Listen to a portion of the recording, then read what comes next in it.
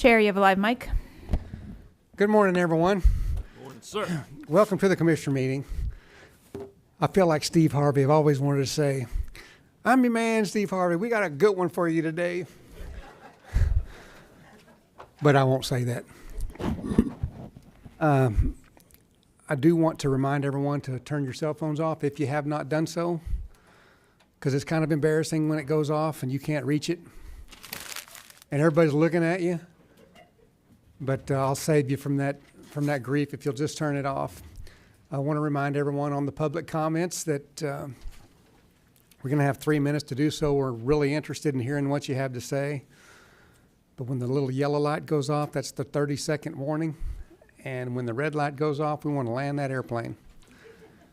I don't want to have to call the tower to tell you to turn it in. I'm in a good mood today. Well, we're happy about that. Yeah. So anyway, let's get. That'll change quickly. Yeah. And thank you for sharing that, Mr. Chair. We were all really concerned about Yeah, your I'm feeling the love. Can you tell? All right, County Manager.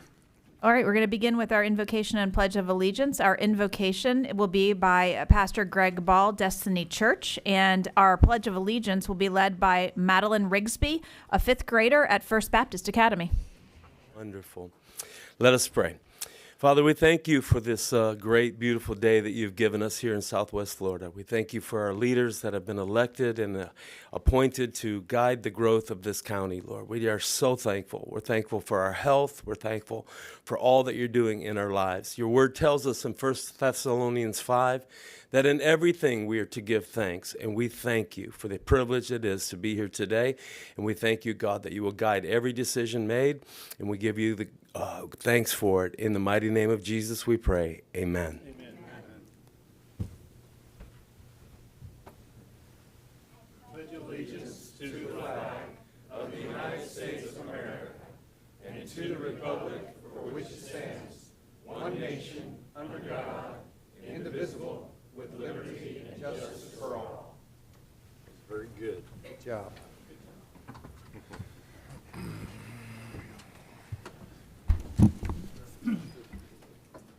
Commissioners' agenda changes for April 23rd, 2024. First, we have move item 16D4 to 11E. This is a recommendation to terminate for convenience agreement number 17-7152, Parks and Recreation Pickleball Concessionaire with Pickleball Enterprises LLC, doing business as Naples Pickleball Center. This is being moved to the regular agenda at Commissioner Kowal's request.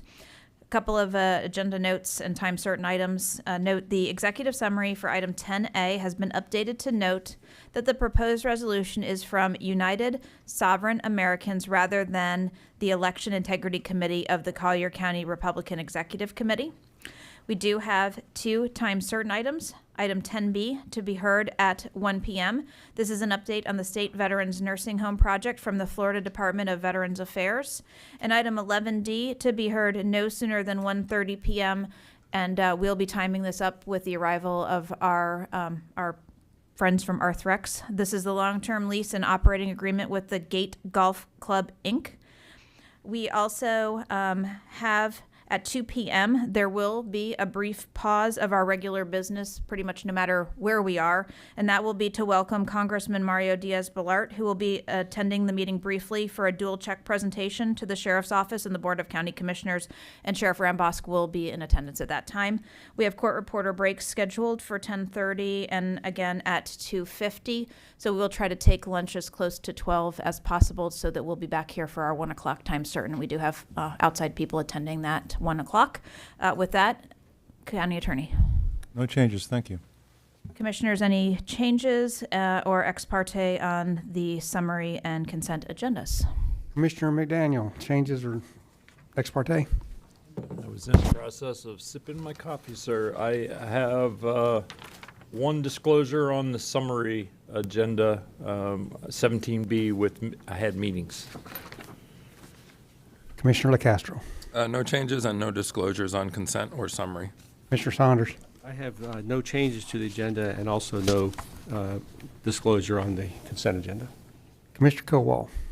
I have no changes, but I do have a meetings and emails reference to 17B of the summary agenda. I have no changes, and I do have meetings on 17B. Well, with that, item 2A is the approval of today's regular consent and summary agenda as amended. I'll make that motion. Second. Motion's made, second. All in favor, say aye. Aye.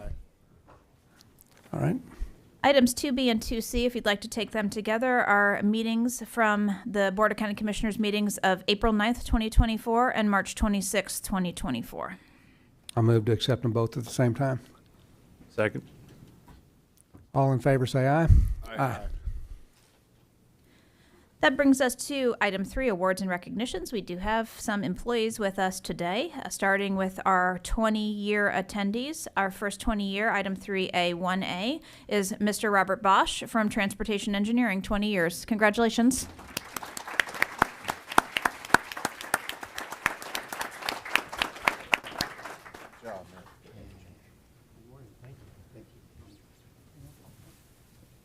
Congratulations, sir.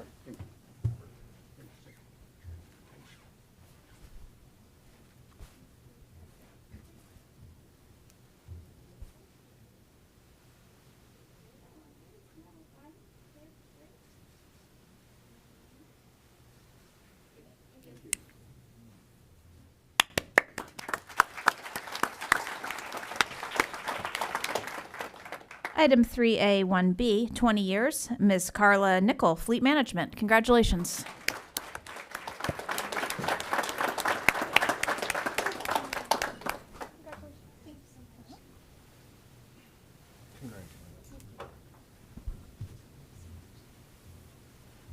Carla, congratulations. Flag.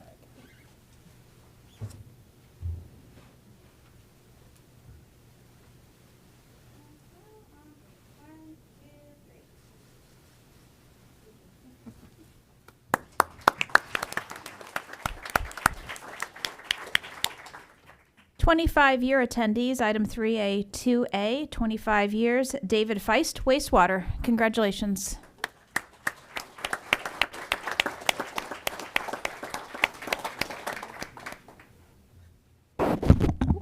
Congratulations. Thank you. Congratulations. Thank you. Good job. Thank you. Thank you. Wastewater, did you wash your hands today? Okay, hey, congratulations. Thanks for your service, sir.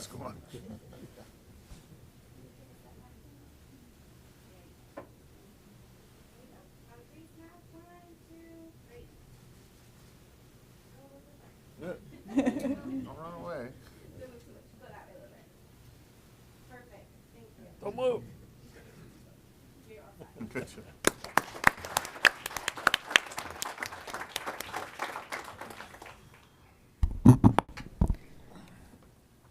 This brings us to item 4, proclamations. Item 4A is a proclamation designating May 2nd, 2024 as National Day of Prayer, to be accepted by Pastor Jesse Barrett and other distinguished leaders of the faith community. Congratulations.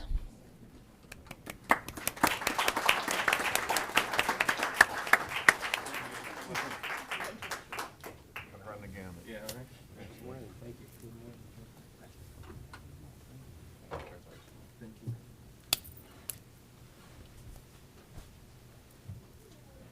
Take directions.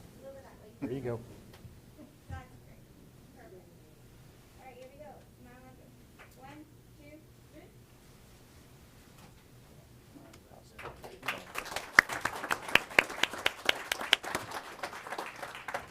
Jesse, you want to come to the podium and announce where and when and such? 'Cause Thank you. yeah, absolutely. I just want to say that the majority of the board is traveling next week. We're going to be gone, or some of us will anyway. So Okay, well, I know Commissioner Hall will be there, and I appreciate all of you guys who have come in years past as well. We're doing, this year, it'll be May 2nd at 7 p.m. It'll be at the Naples High School football field, and we'll be praying for all of you, all of our government leaders, the military, schools, families, churches, all that good stuff. So I appreciate everything you guys do, and we pray for you guys daily. Good, it's working. Yeah, thank you.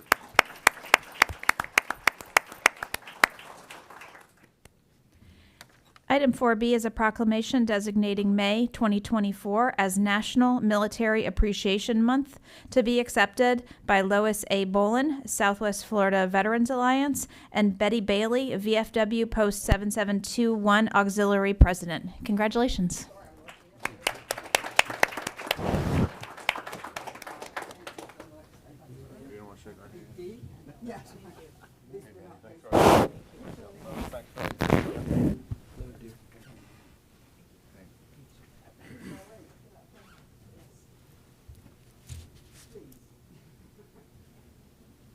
That's the way she talks to Wayne.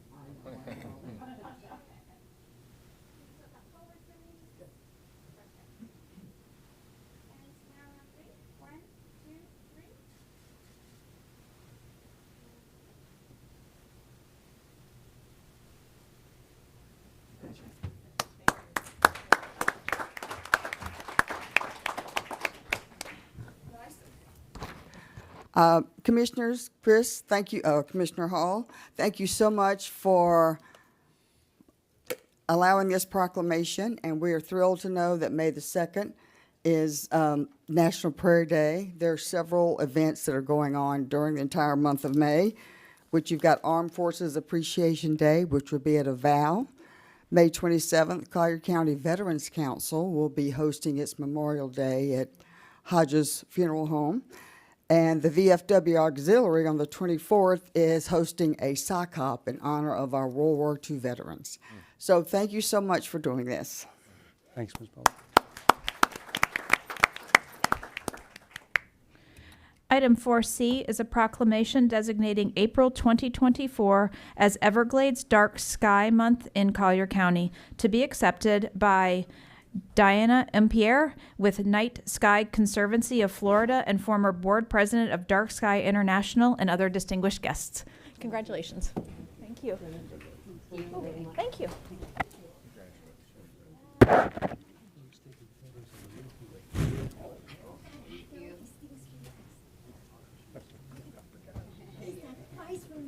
We're getting gifts. We're getting gifts. It's advice from the street line. Look at that. How are you? It's good seeing you. Thank you so much. Thank you. That's okay. Oh, thank you so much. You get advice from the street line. There's advice from the street line. Do I go to oh, you made it. Gotta get your picture. You have to get your picture. Ladies. Oh, no. Did you not watch the last 7 people? Not a whole lot changes. Came up talking and never quit.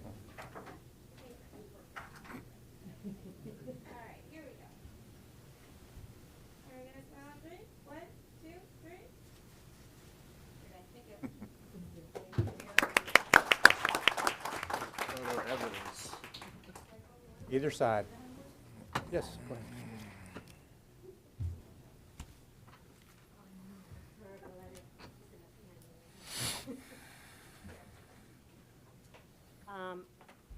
I don't know if during the presentation time there'll be time or not, and I promise I'll be slower or faster depending on what I need to do. But I just want to, first of all, just really thank you for taking the time to accept and agree to do this proclamation.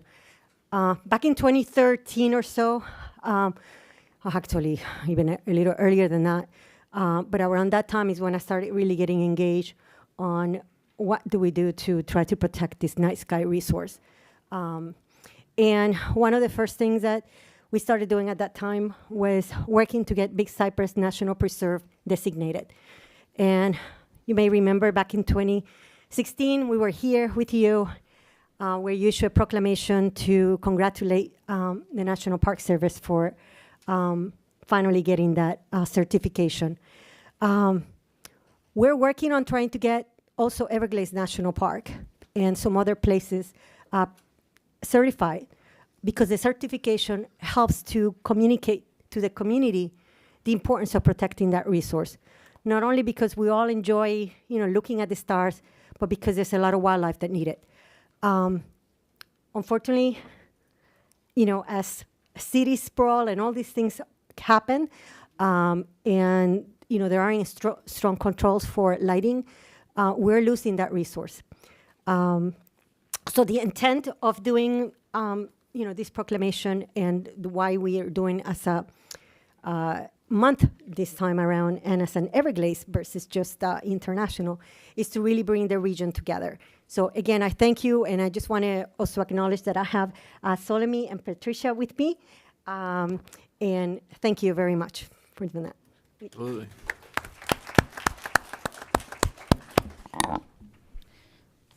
Commissioners, if we could get a motion to accept the proclamations. So moved, Mr. Chairman. Second. All right, moved and second. All in favor to approve, say aye. That brings us to item 7, public comments on general topics not on the current or future agenda. Good morning, Mr. Chair. We have 5 registered speakers at this time.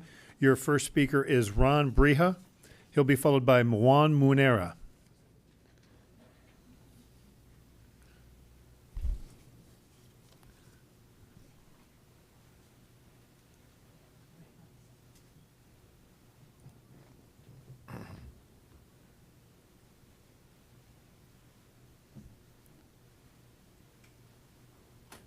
Good morning, Commissioners, and thank you for your time. I believe you have all received the packet of materials I have sent each Commissioner. My name is Ronald Bria. Thank you. State your name. When Cycle 12 for acquisition of lands and conservation Collier Holdings was initiated, I and adjacent landowner, Mr. Monera, contacted Conservation Collier and were highly encouraged to submit our 1.55 acres in aggregate on Marco Island. Conservation Collier staff, Summer, Melissa, and Kathy, have been exemplary and helpful. I would like to note 2 important considerations. Firstly, archaeological artifacts have always been found at the 15-foot elevation level on Marco Island, an elevation that is not at all common on the island. It is felt that the area is ripe for future archaeological exploration if left undeveloped. Second, regarding proximity, there may be some confusion. The lots are all on Dogwood Drive. However, one of my lots, inexplicably, is noted as being on San Marco Road. Access is close and adjacent to the other lots. The lots are located on what is to be the last street or block to be developed and is reflected on the 2040 city map of Marco Island. Vision is seeing something others do not see. You gentlemen reflect that vision. This area will be developed. Marco is approaching build-out. Future generations will thank you for this acquisition. Again, thank you for your consideration, and to our District 1 Commissioner for Marco Island, Mr. Rick LaCastro. Thank you. Your next speaker is Juan Munera. He'll be followed by Richard Schroeder.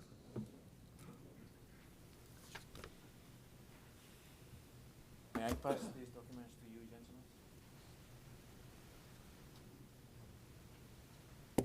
gentlemen? Thank you.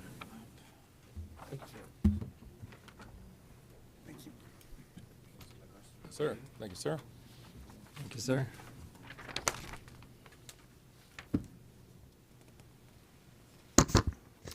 Hello, everyone. My name is Juan Munera. I live at 2059 Sheffield Avenue in Marco Island. You can see the exact location on this map that you previously received. Yesterday, my neighbor sent me a picture of a coyote standing on an empty lot across our house in lot number 3061 on the map. Last week, we saw 4 coyotes walking along Sheffield Avenue. Last year, a neighbor spotted a bear near her trash bins. My family and I have more than 20 sights of bobcats, panthers, often in group of 3 or 4, walking near our lanai and our own lawn. We also frequently see rabbits, snakes, hawks, woodpeckers. Every season, we share our mango harvest with pack of raccoons and possums. Soon after we moved to Sheffield 22 years ago, we purchased the lot behind our house, lot 2053, not to expand our property, but to preserve it as it is currently. These lots are an essential part of a corridor where all these animals live. This corridor spans less than 10 square miles from the corner of Old Court and Casambas Drive to where Goodland starts. You can see that corridor on the pink on the map that I just passed to you on pink highlights. In some areas, these animals have only 40 or 50 feet of dry land to move through. Coyotes, bobcats, and panthers don't want to swim daily to hunt. Our lots meet 4 of the 6 criteria Conservation Collier considered when purchasing prospective parcels. The 2 unmet criteria are lack of access to the lots and unsuitability to development. The argument that the lots lack visitors' access is short-sighted. Planning to buy one lot surrounded by houses and another lot 2 miles away also surrounded by houses just because they can be visited is a conservation program destined to fail from an ecosystem preservation standpoint. The other argument is that the lots cannot be developed and will though remain preserved under current private ownership. However, in 15 or 20 years, when all lots with street access are sold in the island, this strip of land, 12 lots, may become attractive enough for a developer to build. What I'm trying to present is a small piece of land that Conservation Collier can save and preserve. I urge you, ladies and gentlemen, in this case only gentlemen, to consider purchasing this land for preservation, not for us, but for the few animals that live there and for the future generations. Thank you very much. Mr. Monero, Yes, sir. I have a question. Yes, sir. What is a coartes? What is what? What's the first word you said, coartes? Is a coyote? Oh, coyotes. I'm sorry, sir. My English is... That's okay. I got it. That's what I send you this. Wiley. Okay, I got him. Thank you. Coyotes. Good point, sir. His Spanish is way worse, so you should be applauded. Okay. You should see how I spelled it. Thank you. Your next speaker is Richard Schroeder. He'll be followed by Garrett FX Byron. New critter in the area. Anyway, Richard Schroeder, Naples resident. I just want to talk to you a little bit about wireless radiation. I want to throw in a little COVID-19 that everybody wants to forget about these days.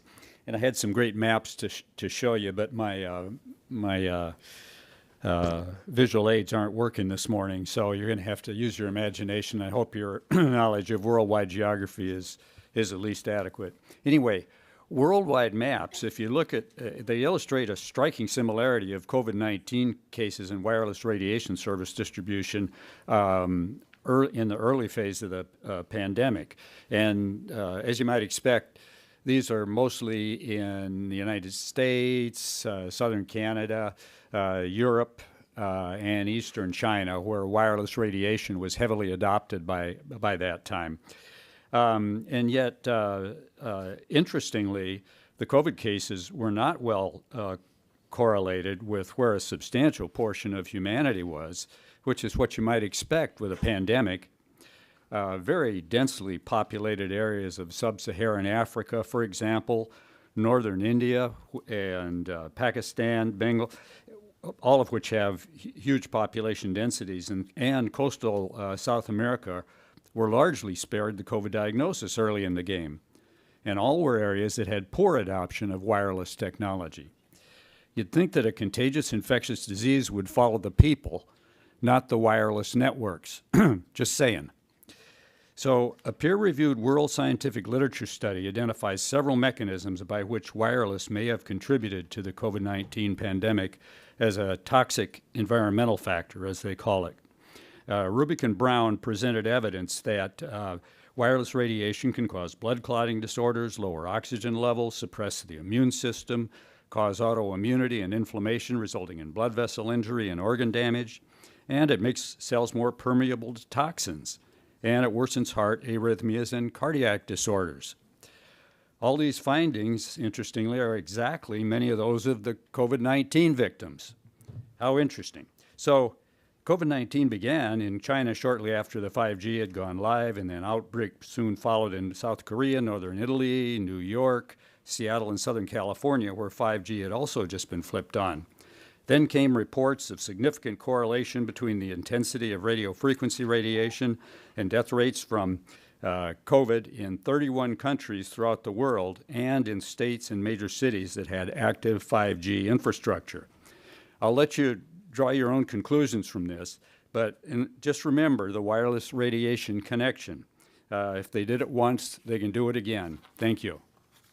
Your next speaker is Garrett FX Byrant. He'll be followed by Michael Hagan.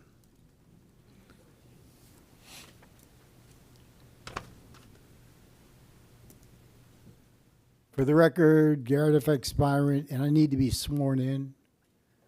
Yes. Right-handed, right? Where do I put my Bible? Huh?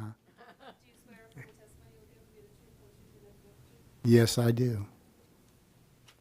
For the record, once again, I brought this book because this is who I'm working with now. These are Chinese people. Chinese people are very interesting.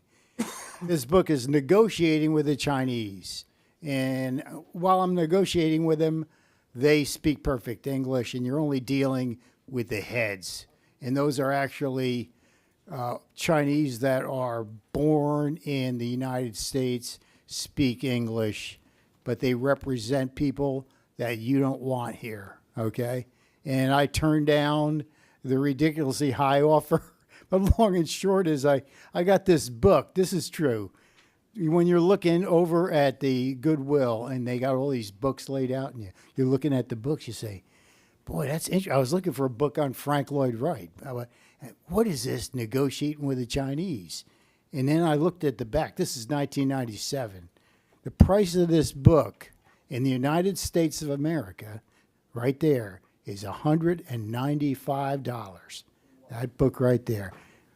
For the record, can I put that in there as the record? I got to read it first, but long and short, that's why I'm here. There's a lot of strange things going on in my life, and I had a conversation with Bert Saunders, and you were right. This letter that you wrote me is about nothing. It was hilarious. I took it up and up to the fourth floor where I have all my secret. I have meetings there on the fourth floor, and Martha read it. She said, "Yeah, this actual letter is about nothing," and I misread it because I was looking at it saying, "What? Wait a minute. Does Bert want to be my lawyer?" But he is. Inverted. All you guys up there are lawyers. Pro se, I guess that word is, I don't know, I have to ask somebody else that's not my lawyer. In any case, I need to submit this to Amy, okay, because this is part of my whole process that I'm going through, that I'm trying to figure out who to sell properties to and how to design things that accommodate something that I learned about at the last meeting. I was not familiar with what they call a double diamond divergent access plan, which is my Pine Ridge Road. I can't say which it is, but the design plans now for our interstate are actually promulgated by the federal government. Did I run out of time? No, I still got like a minute. And I'll give this letter, and thank you, Bert, for explaining this to me, because I said, I don't know, maybe he's going to quit being a county commissioner and work for me. I don't pay anybody. Ask the lady right here. Thank you very much. Mr. Chairman? Your next speaker, I'm sorry. Just I do have to clarify Garrett. a couple things for the record. Yes. I'm just going to make a statement. Oh, So okay. You can sit down. Okay. Thank you. I did write a letter to Mr. Byron. It was a thank you letter, thanking him for providing some information. That's why I told him that the letter didn't mean anything. But there was a statement made about representation, and I know it was just kind of an offhand comment, but the statement was something about my representing Mr. Byron, and I do not, never have. Now, as a commissioner, I will represent him as a commissioner, as I will with any citizen. But I just want to clarify the record. We have no connection Right. whatsoever. Just want to clarify that. We just known each other since 1986. So It's been a while. Your next speaker Thank you very much. Your next speaker is Michael Hagan, and he is your final speaker under item 7. Hi, thanks for having me, Michael Hagan. I'm here as a homeless advocate. Before I get into that, I'm going to submit a plan for that to commissioners, but a couple of the things I noticed being here. I've been homeless by choice in Collier County for 20 years. Just by choice. I've been everywhere. Jail, David Lawrence Center, seen everything. Now that everything's pretty much finished, there's no real estate left affordable. Let's talk about housing for homeless people. We'll get to that. I want to talk to Commissioner DeCastro. Not now, but a couple items I'll deal with you individually. You've helped me before. Yes, sir. Okay, thank you. You know, these people, we're citizens of this county. We work. Nobody really wants to be homeless. If you want to drink and drug, and I know these people, then they're going to do it, or they'll go somewhere else. If they don't want to go to St. Matthew's House because they want to drink and drug, or they have a dog, then they'll be homeless. And there's no reason to cover up the electricity at the bus depot, put benches with bars in them, have the security from this building and the county building, the courthouse building, walk around and ask me where I'm going. I can't sit in a public space. It's harassment. And it comes from the top. It's police harassment. I've been arrested. I don't have the number, but the police reports are there. A DUI walking my bicycle on the sidewalk on Bayshore. I walked through a parking lot in Naples Manor where I lived. I didn't know that the recovery center had taken over a little motel, and a woman comes racing out with her phone on 911 already. The people in recovery come racing out of their little units. The next thing I know, I'm on the ground in handcuffs with a German Shepherd barking in my face, a helicopter overhead. For what? And I'm mad, but I'm not violent. I'm a peacemaker. And then what I put up, I got my head, there's a dent in my head. I've had 2 guns pulled on me in Collier County. One about 3 weeks ago, McDonald's, Pine Ridge and Airport. Every time I come here, I write something up and I just don't do it. Because this makes more sense, just to talk how I feel and be real. I did write a few things. We're members of the community, we're employees in the businesses. There are veterans out there, and if they choose to do that, and I hang around one, and he does it for a specific purpose, that's okay. They can handle it. Nobody else can. There are women being sexually assaulted. When their boyfriends or husbands go to jail, they run to Michael.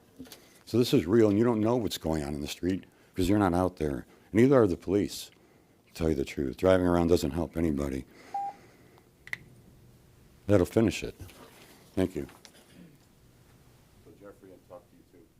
And that's all of our speakers under item 7.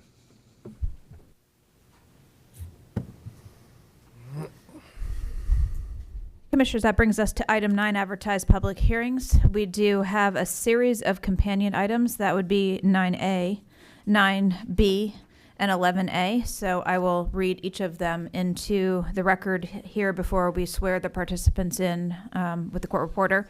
Item 9A is a recommendation to approve an ordinance amending ordinance number 8905 as amended, the Collier County Growth Management Plan for the unincorporated area of Collier County, Florida, specifically amending the rural Golden Gate Estates sub-element of the Golden Gate Area Master Plan element and rural Golden Gate Estates future land use map and map series to revise the mission sub-district of the mixed use district to add 14 acres to the sub-district, to change the name of the sub-district to Emmanuel Lutheran Church Community Facilities and Services Sub-District, to allow additional uses including colleges and universities, social service uses, government uses, medical office, physical fitness facilities, and recreational facilities on property located on the south side of Oil Well Road, approximately 1/4 mile west of Everglades Boulevard in Section 19, Township 48 South, Range 28 East.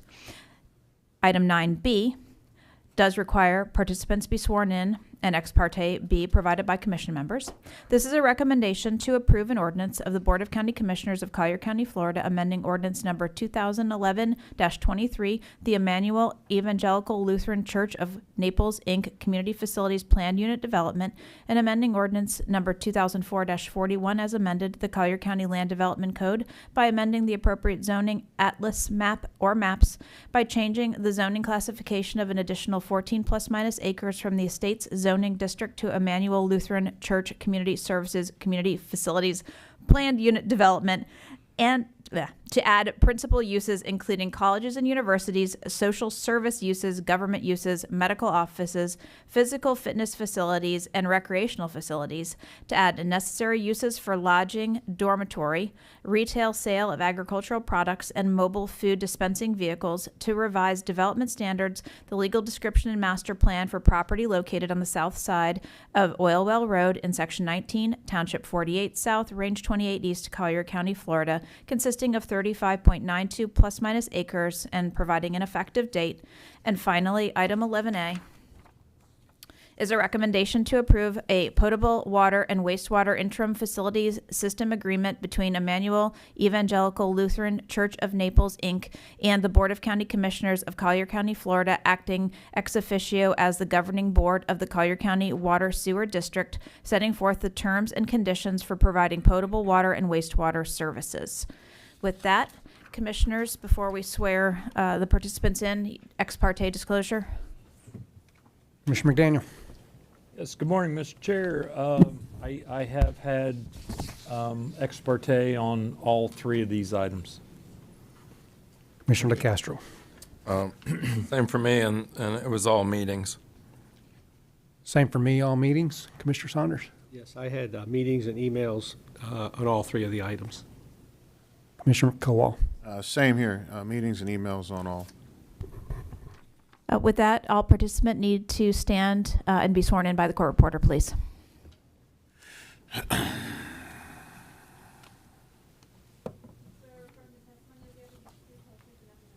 do. Mr. Ivanovich.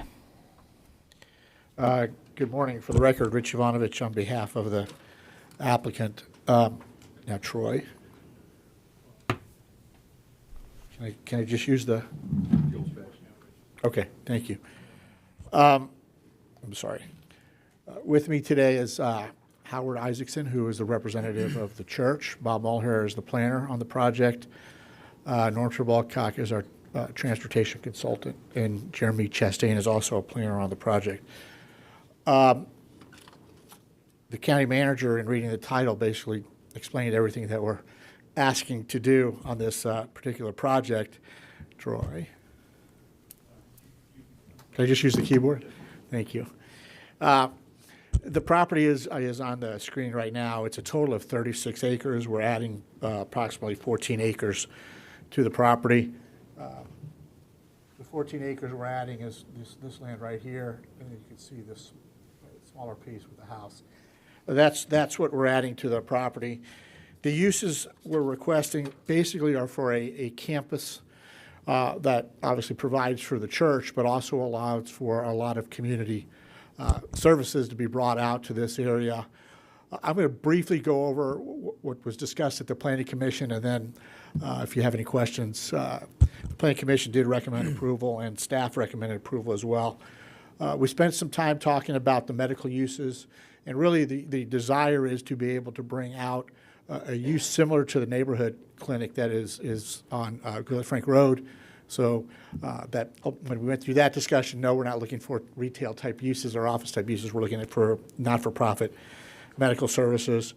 And then we also spent some time talking about having actual mobile food trucks, a limit of 4, to come to the site to provide accessory. There has to be an accessory use to services that are occurring on the site. We have an athletic field on the property that is for the benefit of the community, and that athletic field is right there.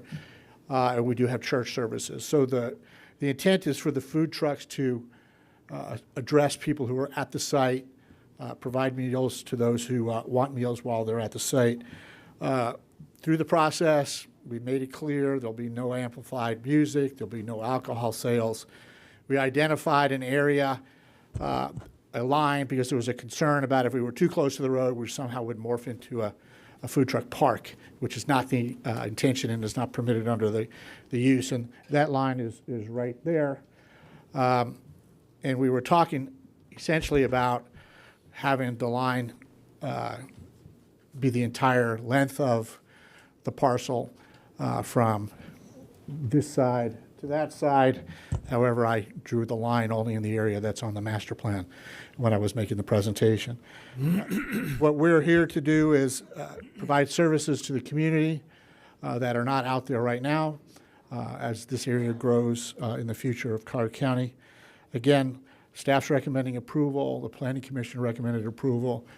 The only discussion related to the food trucks, and I think that's why the two members voted no, for the fear that this somehow would morph into a food truck park and not be actual mobile food trucks that get there when they get there and they have to leave. They're not allowed to stay overnight. So with that, that's a summary of where we were. Happy to give a more detailed presentation if necessary, but with that, I'll open up to any questions you may have from me or my team.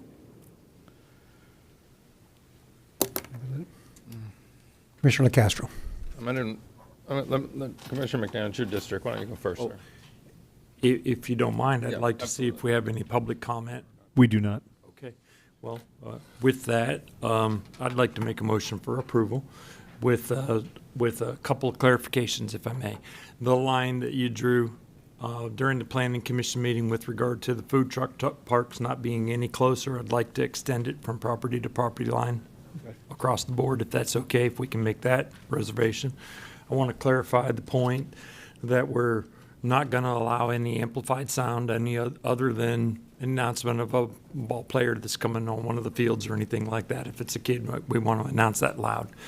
And then third, I'd like to ask if the applicant would be okay with an annual review of our staff with regard to code enforcement complaints in regard to the food trucks. As you know, you mentioned it in your presentation that there's a concern about the adoption of a food truck park, and we certainly don't want that to transpire. So the compromise is to allow staff to review the code complaints, if there are any, and have those reviewed and brought back to this board for a report. It can even be on a consent agenda item, and if you'll relent or consent to that from an annual review standpoint, I'm okay with your application. So that'd be fine. So essentially, you want us to add a provision under the commitments that staff will report back to the Board of County Commissioners annually, Yes. or an annual review of the food truck operations on site to make sure there's not been code cases. And it doesn't preclude us from stopping operations with regard to those food trucks in the event that there are negative circumstances transpiring for our residents. Okay. And then the last point is there is no access out on 39th South. Right, and I do have that on the master plan to show you that there is no access there.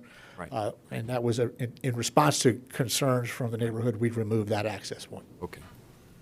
Commissioner Castro. Yeah, I was going to echo that, and I'll talk a little bit more about food trucks, but, the line, I think it was obvious it's supposed to go all the way across, and so maybe that was just, a technicality, but I think we all understand the intent of the food trucks would be, I don't know if it's north or south, but down from that line. Here's the only thing, Mr. Ivanovich, on the food trucks. We've talked before that they sort of have gotten out of control in Collier County, and we're doing our best to regulate them. But a truck that's in place for an event, then when the event's over, if there's a little more business, it sort of lingers. The terminology used in my office that I really liked hearing yesterday that I didn't hear today is that the trucks would be there for events only, and they wouldn't linger for, well, the event's over, but there's still some people that are, at the church, and the guy's still selling, lunch or whatever. And if we're a little ambiguous, the potential for this to turn into a food truck park if there's business there, and specifically yesterday, when we were talking and we were saying events only, I said, so give me an example of an event where you would roll in the food truck parks. And then I believe it was the pastor. He said, well, we're having a little fishing event for children in the lake. And then, okay, great, that makes sense. But when that event's over, is the intent that the trucks then would leave because there's no reason? I mean, this can be also a very a possibly busy area that if the trucks stayed and there was no event, they might get residual business. I don't think we're trying to turn this into a food truck. So could you just be more specific for the record as to the intent of the food truck parks. They're there for events, and then they would leave. I know all food trucks are mobile, but we have food trucks that are parked all over Collier County that haven't moved in a year. So what's the intent, just for clarification? Because I think you made it clear in my office, but. First of all, they are required to leave. So they can't just stay there forever. Actually, Commissioner, we had this discussion. Well, the athletic fields will be open to the public, and there will be formal events and informal events that are occurring. The food trucks operators are not going to come there for 2 kids. But there may be informal practices and things like that it becomes obvious that might be a good time. So what we agreed to, we have hours of operation, and it has to be consistent with uses that are occurring on the property. Okay, so formal events, no, there's not a limitation to just formal events, but they can only be there when the fields are operating or church services are going on, or it turns out that we have the neighborhood clinic out there and they're in operation. So it will be self-regulating because they have to go through Mr. Isaacson, who's not the pastor. He's the administrator in charge of all of this. But they will have to come through us. They will have to be approved to come there. And they're not, it's a business, they're business people. They're not going to be there if things aren't occurring. But I don't want it to be, and we talked about this, it can't be limited to just formal events because the fields are well used and they're a service to the community. And if people there using the fields, we would like. I agree with Commissioner McDaniel. We'll Right. monitor that, and as long as that's acceptable to you, and obviously we'll see. But we don't want this, exploding into there's really nothing formal going on the property. But people from Oil Well Road are driving down it and going, "Oh, food trucks, lunch," and then all of a sudden it's become a restaurant location. I have a comment Go on ahead, that, sir. but I'm number 2 to somebody else lit up, so. I'm lit up. Commissioner Kowal.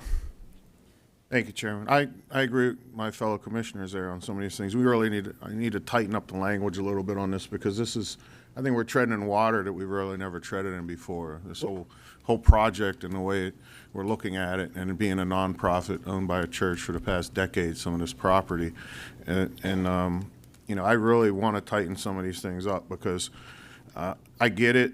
There will be kids in the neighborhood or small groups that might show up, do soccer practice and stuff like that. But to me, that's not an event.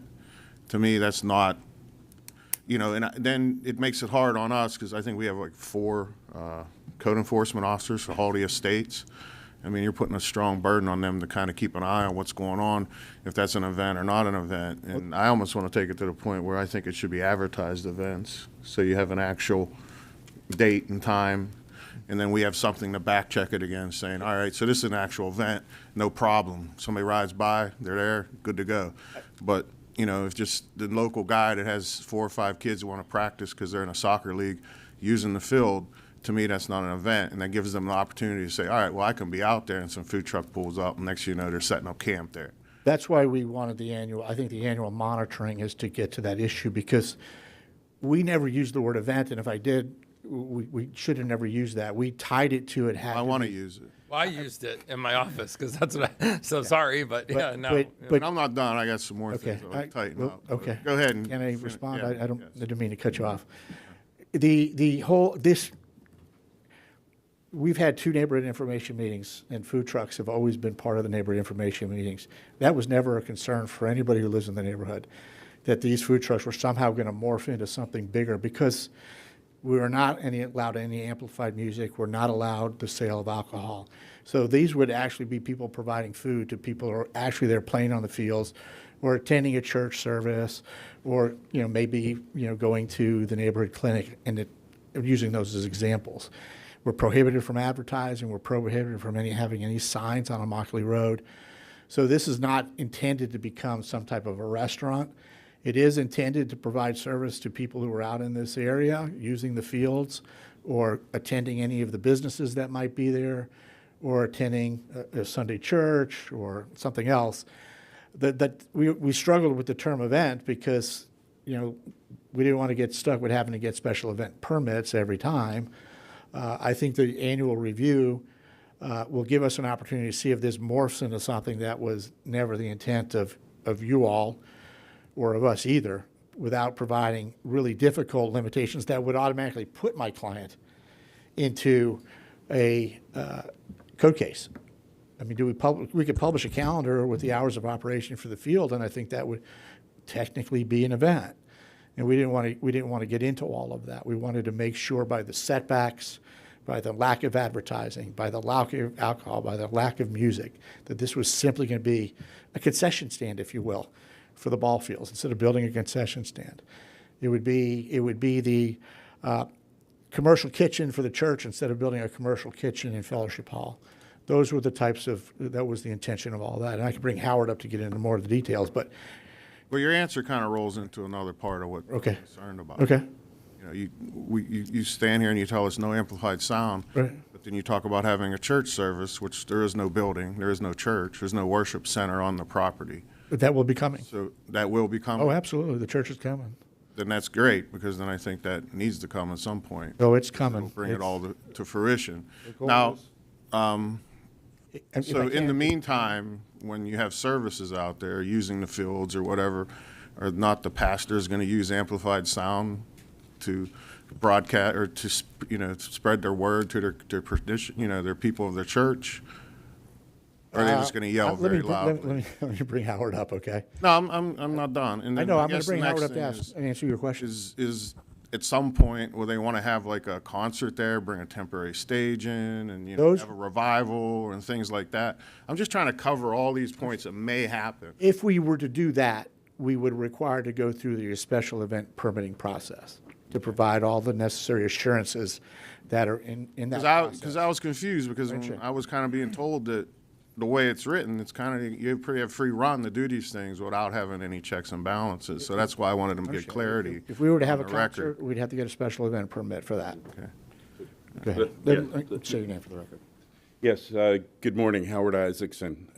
We were very explicit with county staff that relating to the food trucks, there is no amplified sound. Okay, so just the food trucks. Just and the alcohol. food trucks, because Commissioner, you're absolutely correct. When there's worship for folks to hear, there needs to be some form of a sound system. We monitor the decibels, and we work closely with our neighbors to ensure that they're not disturbed. And thankfully, there have been no complaints up to this point in time, and we work with them to ensure that that continues to be the case. So, yes, specifically to the mobile units, no amplified sound, no alcohol. They come in the morning, per our discussions with county staff. They leave in the evening, and they're not staying there. They're not staying there full time. So that brings me to another question. I hate to keep asking these No, questions. sir. I just want to be very clear, and I want the people to see, what we're doing here. Temporary lighting, because hours of operations, we know in the winter months, 5 o'clock, we're dark. Mm-hmm. And you have operations of time on these fields after those hours of darkness. Is there going to be portable lighting brought in, running under generators, until you have a structure on the property? Because until you have a structure, you can't have any lighting source. So we do have a pavilion next to the playground, which is next to the field. There is lighting on the pavilion and the pavilion area. And absolutely, you're correct. When the sun is down, if it's dark and there's something going on, there absolutely will be portable lighting, and we have done that in the past and would continue to do that, of course. So will they be there on a permanent basis or a temporary basis during the events? Lighting? Yes. Our existing pavilion structure has permanent lighting. I'm talking about light the field during games or whatever's being played at night. Well, if there are games being played at night, absolutely, for safety's sake, there will be lighting. We, up to this point in time, have not utilized the field at night out of respect for the neighbors. All right, thank you. Mr. McDaniel? If you want to go first? Yeah, I wanted to give Commissioner Daniel last word, just because I wanted to add something. I'm supportive of this project. I don't have issues with it. The bigger thing, and maybe this is more for the staff, Mr. French, our code enforcement, the folks that are going to keep eyeballs on this. My biggest concern is precedent. Because if the language isn't tight in this, somebody's going to come to this podium in a month and go, hey, remember that thing you did for the church? Yeah, we want to do it over now over in East Naples or somewhere. And so I I don't know what verbiage, and that's where I say I leave it to Commissioner McDaniel. I think I would second the motion for approval of this, but I think we'd benefit. It wouldn't change your project at all, but it would benefit future projects if the language was very specific in yours, so nobody could come back and use something that's a little bit ambiguous or a little bit loose in the approval we just made, if we do in fact approve it, to use that as precedence for something else. And then you see how this thing snowballs, and we have had that sort of issue at Food Truck Park. So, it's like we want to get specific on exactly what your intention is and make sure that the staff then can enforce it, and then nobody else can, utilize it in a way to get something that wasn't our intent down the road. But, we've already approved this with maybe looser language than we might be comfortable with. And it might just be a word or two. And then that's where I'll defer to Commissioner McDaniel here, sir. And with that, and it also has to do with Commissioner Kowal's comments, the county attorney shared with me an idea of a conditional approval with these requisites for the monitoring of the food trucks on an annual basis. Portable lighting, I think we ought to stipulate a specific time when they're off. I mean, that would help with regard to ambient lighting all the way across the board. Does it say, I couldn't find that in here? Is it in here? Our hours of operation for food trucks. For food truck, well, yeah, okay. Well, the Right food now. trucks the portable lighting comes when we're utilizing the fields. Right, so you're talking about dealing with that as part of the field operation, which I don't believe we have. I've got to find the hours of operation for the field, but do we have hours of operation for the field?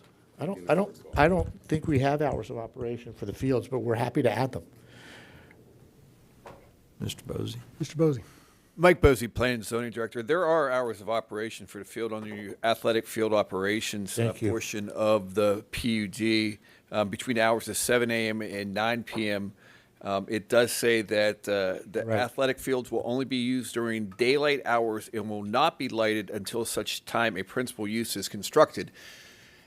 You read that, and the utilization of portable lights, unless there's a principal structure, it doesn't seem like that's in alignment with the regulation that's being adopted. That is a concern. If they're lighting these fields at night, they're going against what the HEX regulation was that allowed them to develop this athletic field before the principal use of a church has been developed there. If I can clarify, Howard made it very clear, we have not lighted the fields at all. Right. So if we stipulate the portable lighting to match the hours of operation, will that cover what we need to do? Well, that would cover the allowance to utilize portable lighting. Right now, they're currently not allowed to use portable lighting. Okay. So whatever the preference of the board is related to that issue. And we're fine with leaving. We're fine with leaving the hours of operation and the prohibition on lighting until we have the principal use, which is the church, which is coming in about a year. And when the church comes, then we can light Then the we'll have a athletic field. discussion about the approval for the church with the lighting and timing of the lights at that time. Well, right now they would be from 7 a.m. to 9 p.m. So that would be their hours of operation. So necessarily, the lighting won't transpire after 9 p.m. Correct. Ever. So, and if we tie that to the conditional approval for the food trucks and the amplified sound and the temporary lighting interimly and/or permanent lighting interimly, all to that 9 o'clock standpoint. And we actually have shorter hours for that. For the food trucks, they're Sunday through Thursday is 7 a.m. to 8 p.m. I saw that. Which is less than the 9 p.m. And then on Friday and Saturday, we could be the same, 7 a.m. to 9 p.m. So they would be concurrent with the lighting. And so already. the concerns that are expressed by my colleagues with the conditional approval will allow for a review by this board in the event that something transpires that's out of Hoyle. We agree. And if I may, Mr. Chair, I don't mind approving all three, 9A, 9B, and 11A, with my motion. Okay. And I'll second it. I'll second it. Now, Just one point of clarification, if I may. As far as the amplified sound, we want them to be able to announce if there's a weather event coming. I mean, these are common sense things. But I just want to say that out loud, that in the event that there's a weather event, we certainly want to be able to warn the people that are there that there's lightning in the area or something else. So I'd like to clarify. So I'm good with all of this. The food trucks, if we want to tighten up the language, instead of tying it to an event so that people have to define that, why don't we just say daily use? That's the intent anyway. It tightens up the language. It just keeps people from camping out there. Reality says food trucks they're there to make money. They're not going to go out there and sit when there's nobody there. They're only going to be there when customers are there. So I've eaten 1 million tacos out of a taco truck. So I have a soft spot in my heart for that. But, and in the amplified sound, we're not saying that they can't do any amplification. They can announce, baseball game, but what we're saying is that if they have any bands or revivals or something like that, then they have special permit. Right. Okay. So with that, I'm all good for the motion and the second to approve 9A, 9B, and 11A. All approved, say aye. Aye. All opposed? Thank you. Done deal. And that was to move the line as well, correct, Commissioner? That's correct. yeah, that was Thought part that of was the discussion that was motion.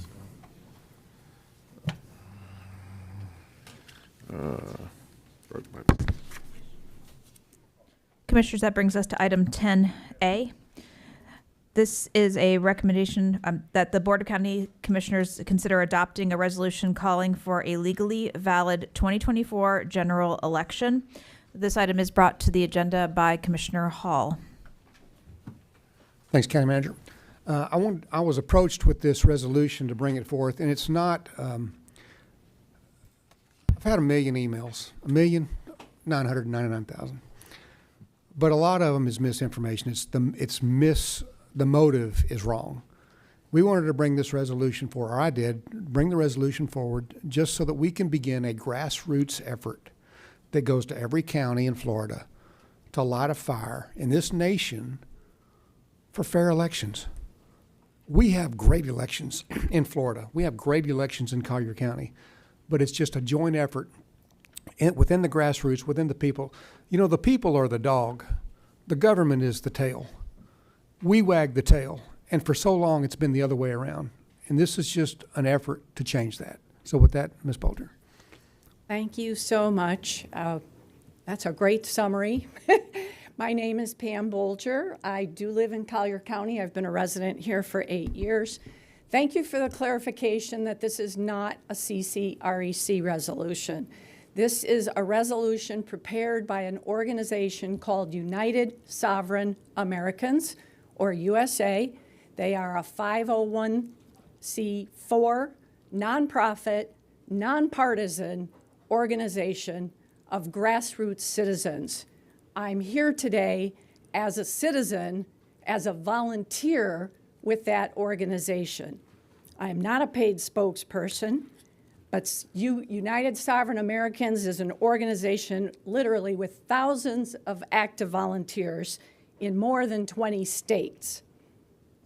Today I come to you as a concerned citizen sharing alarming information about our state's voter database, uncovered through thousands of hours of research conducted by highly qualified and credentialed data experts. While the numbers are staggering and a lot to digest, one thing is clear: they don't add up. Just like your checkbook must balance, so must our votes. If you had 10,000 fewer dollars in your bank account than you had deposited, you would certainly want to know what happened. And if a company had a significant discrepancy such as this in its books, the company would most certainly conduct an audit. In fact, yearly audits are required by law for all public companies.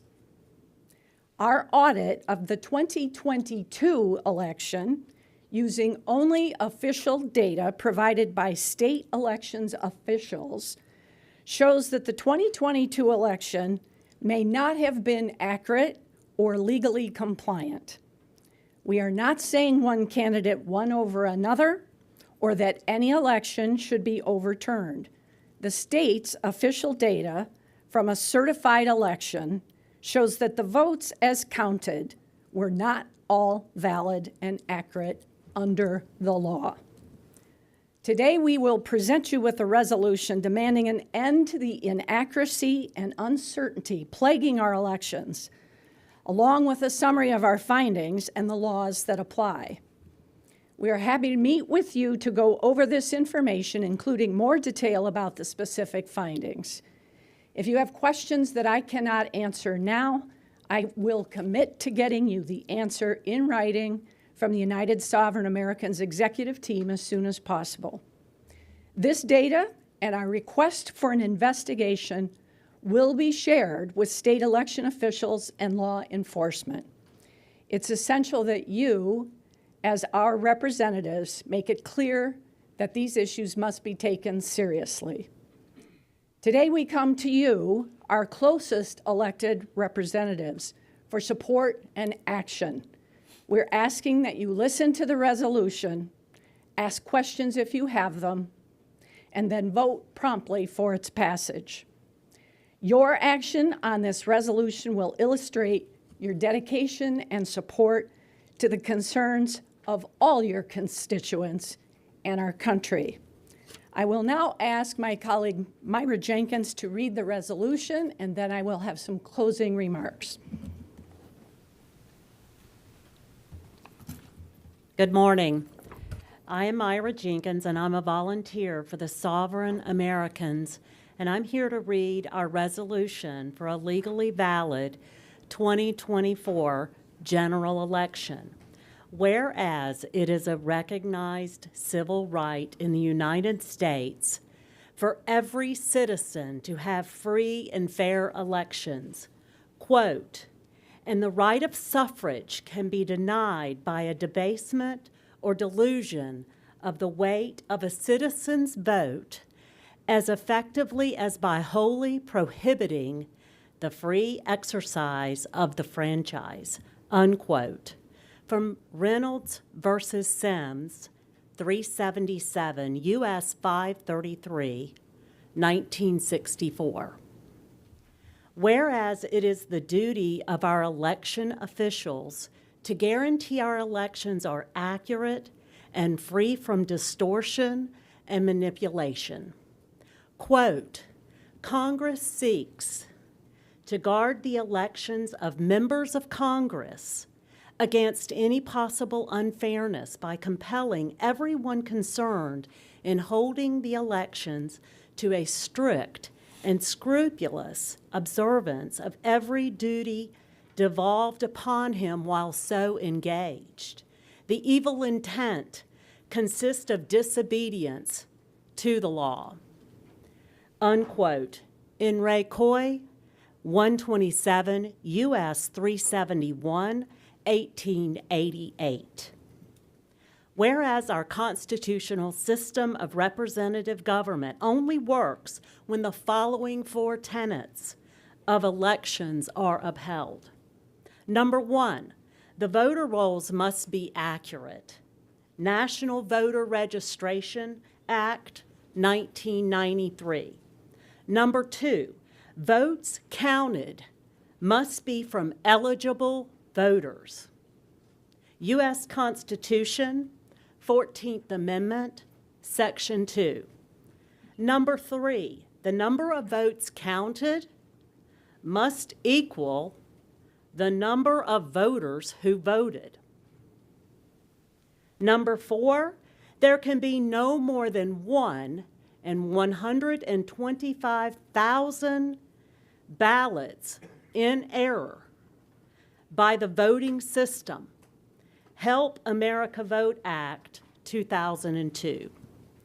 Whereas an open source audit of the Florida 2022 general elections conducted by the Florida State Citizens has uncovered evidence of massive inaccuracies that violate both federal and state laws, including 564,926 ineligible or uncertain registration violations found within the Florida State Voter Roll Database. 117,171 votes cast by ineligible or uncertain registrations. 88,635 blank ballots.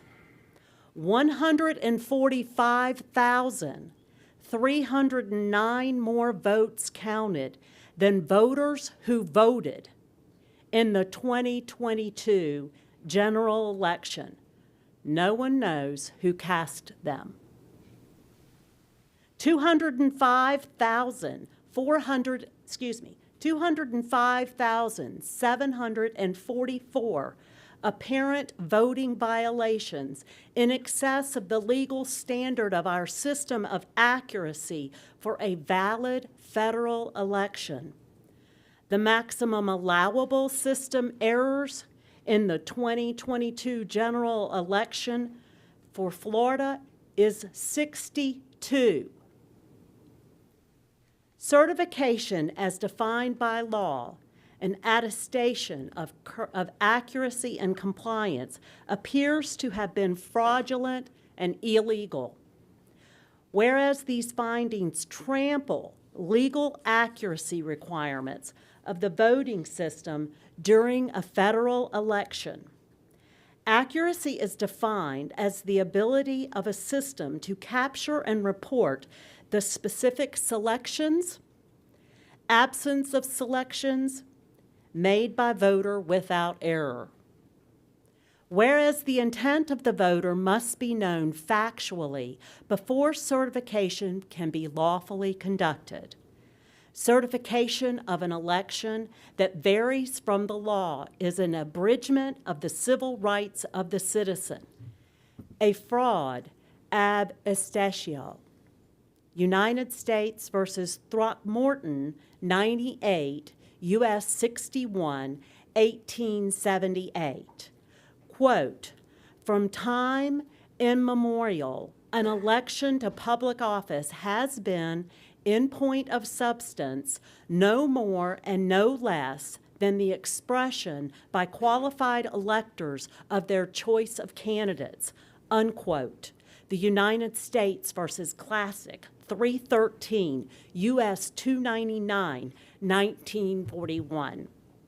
Whereas Florida's 2022 general election appears to have been invalid, depriving us of our guaranteed protection of natural rights under a government duly and provably chosen by us, the American people, resulting in incalculable damages to our families, our way of life, and our fabric of these United States.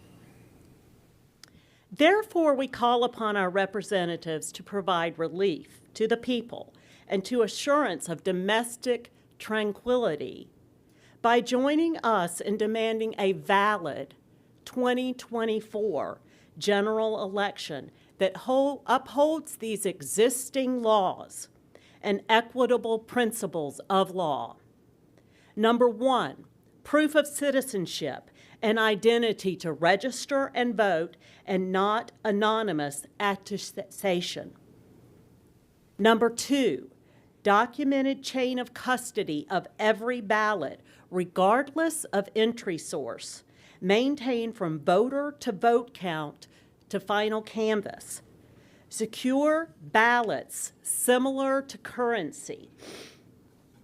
Where image technology is used for tabulation, the security features must be verifiable in the image.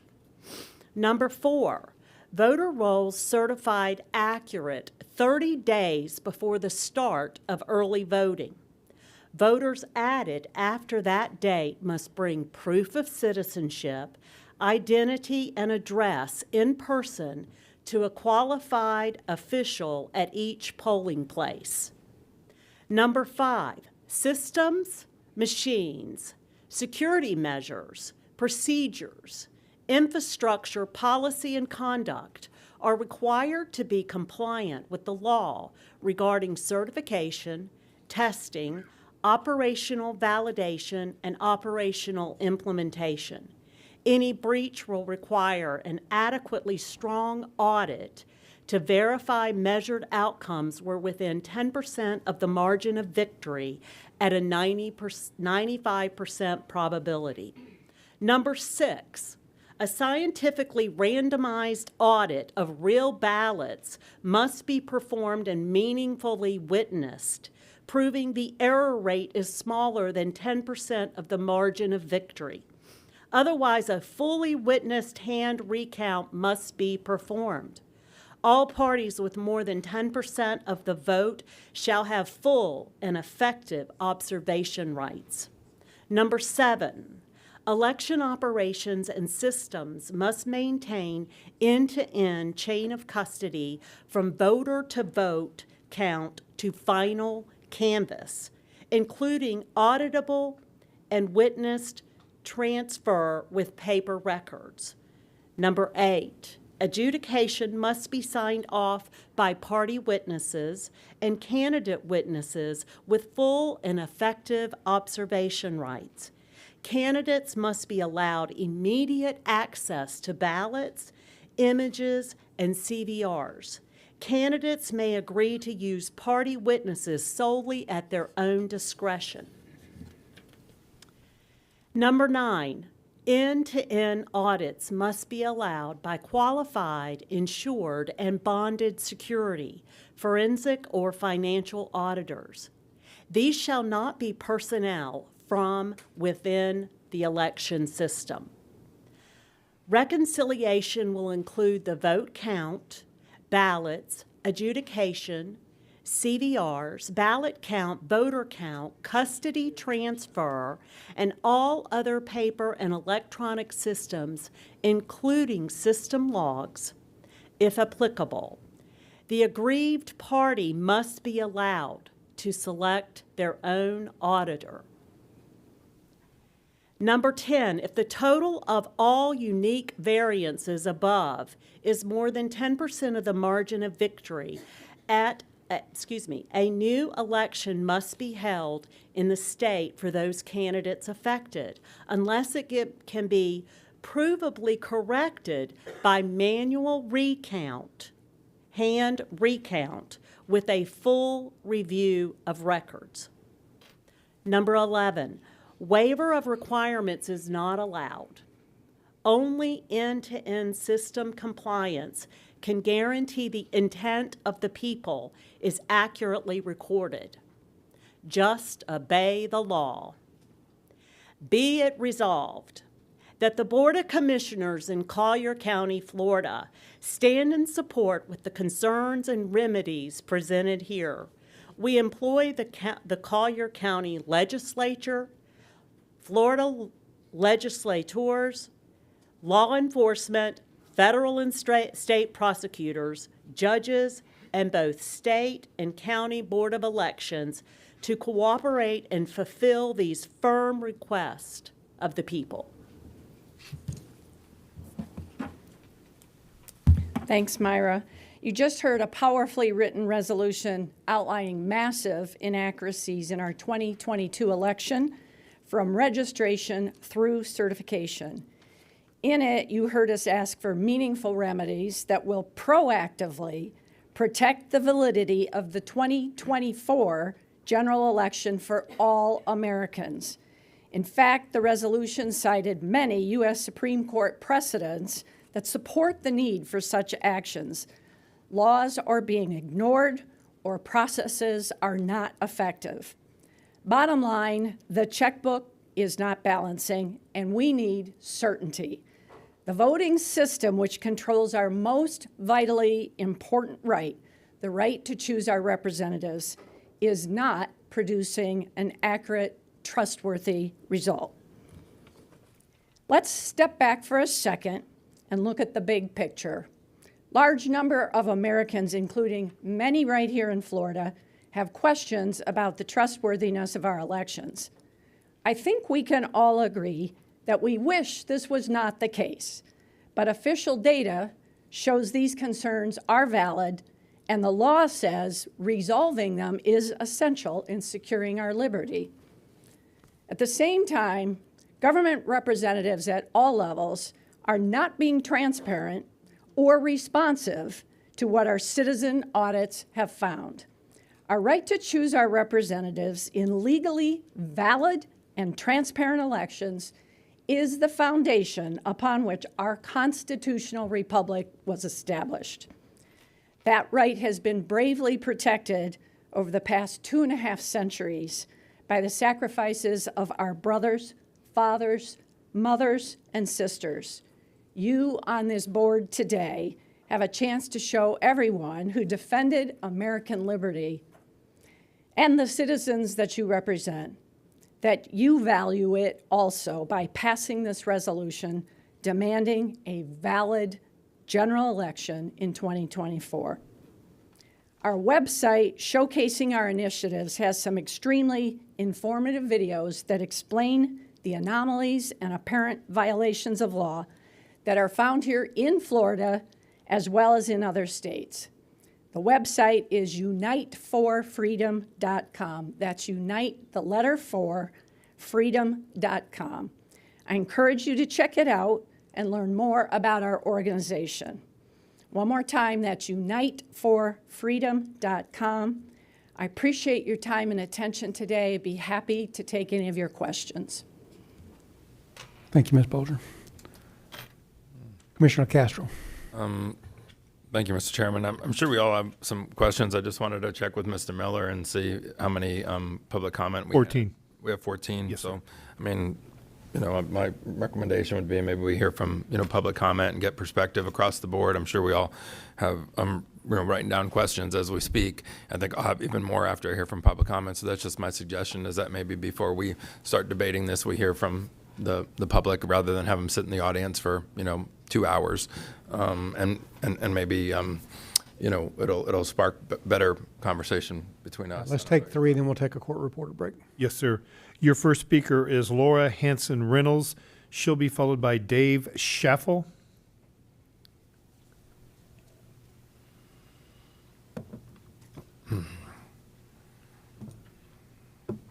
Good morning. My name is Laura Hanson Reynolds. I'm a citizen of Naples. I was puzzled when I read about this proposed resolution for a legally valid 2024 general election. According to Governor Ron DeSantis, and this is a quote, 20 years ago, nobody thought Florida was a prime example of how to conduct elections, but we have become a national leader by running the most secure elections in the country. And it's true.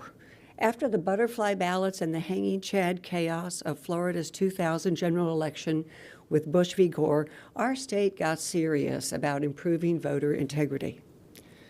On February 15th, 2023, Florida's Department of State issued their required report on the post-election voting system audits of the 2022 general election and their report on over and under vote in the gubernatorial race. These reports concluded that both the manual and automated independent audits of the 2022 election were 99.99% accurate. Grounded in Florida election law, our Collier Supervisor of Elections Office has an ironclad system of checks and balances on every vote cast at every stage, ensuring that our elections are free, fair, and accurate, and follow state election law to the letter. The public is welcome to join the supervisor and her staff for a complete transparency tour, demonstrating the checks and balances in place, and many have taken advantage of this offer. I have been on 2 of such tours, and each time I've come away tremendously impressed with the quality of the integrity of their processes and the training and the knowledge of their staff. This proposed resolution has claims of massive inaccuracies, but no detailed evidence supporting these claims. Before any action is taken on this resolution, detailed evidence needs to be examined by the public via Florida sunshine laws. To imply that Collier County needs drastic changes to its election systems is just not true. We have one of the best systems in America, run with excellent, well-trained staff. It seems nonsensical for our commissioners to act on unexamined, outrageous claims that defy the actual statements from our governor and our Department of State, plus our supervisor of elections. If we simply continue our current adherence to the state election laws, which include state-mandated voter IDs, pre-election testing of 100% of the tabulation machines, voting day checks and balances on tabulations and paper ballots, secure cellular transmissions of the encrypted election results, and post-election audits, there is no reason to believe that our 2024 general election will be any less than the 99.99% accuracy in the 2022 election results. Please vote no on this resolution. Collier County residents have many issues that need your attention. Let's wind it up. Thank you. Growth management, traffic woes, affordable housing, water quality, harmful algal blooms all come to my mind. But our elections are and have been secure, and this resolution is not necessary. Thank you. Mr. Chair, I had called Dave Schaffel next, but he has 12 minutes from seated time. Since we're up against the break, should I call someone else instead? Before we take a break, this is highly emotional topic. Everybody wants to get a chance to speak. We don't need the applause. We don't need the boos. We don't need any. This is not emotional. This is something we want to hear from you. So if you can, just refrain from clapping or booing or whatever thing. Give everybody a chance to speak fairly. And with that, let's go ahead and take a court reporter break, and we'll hear Mr. Schaffel when we come back. Thank you. Let's come back at 10:35.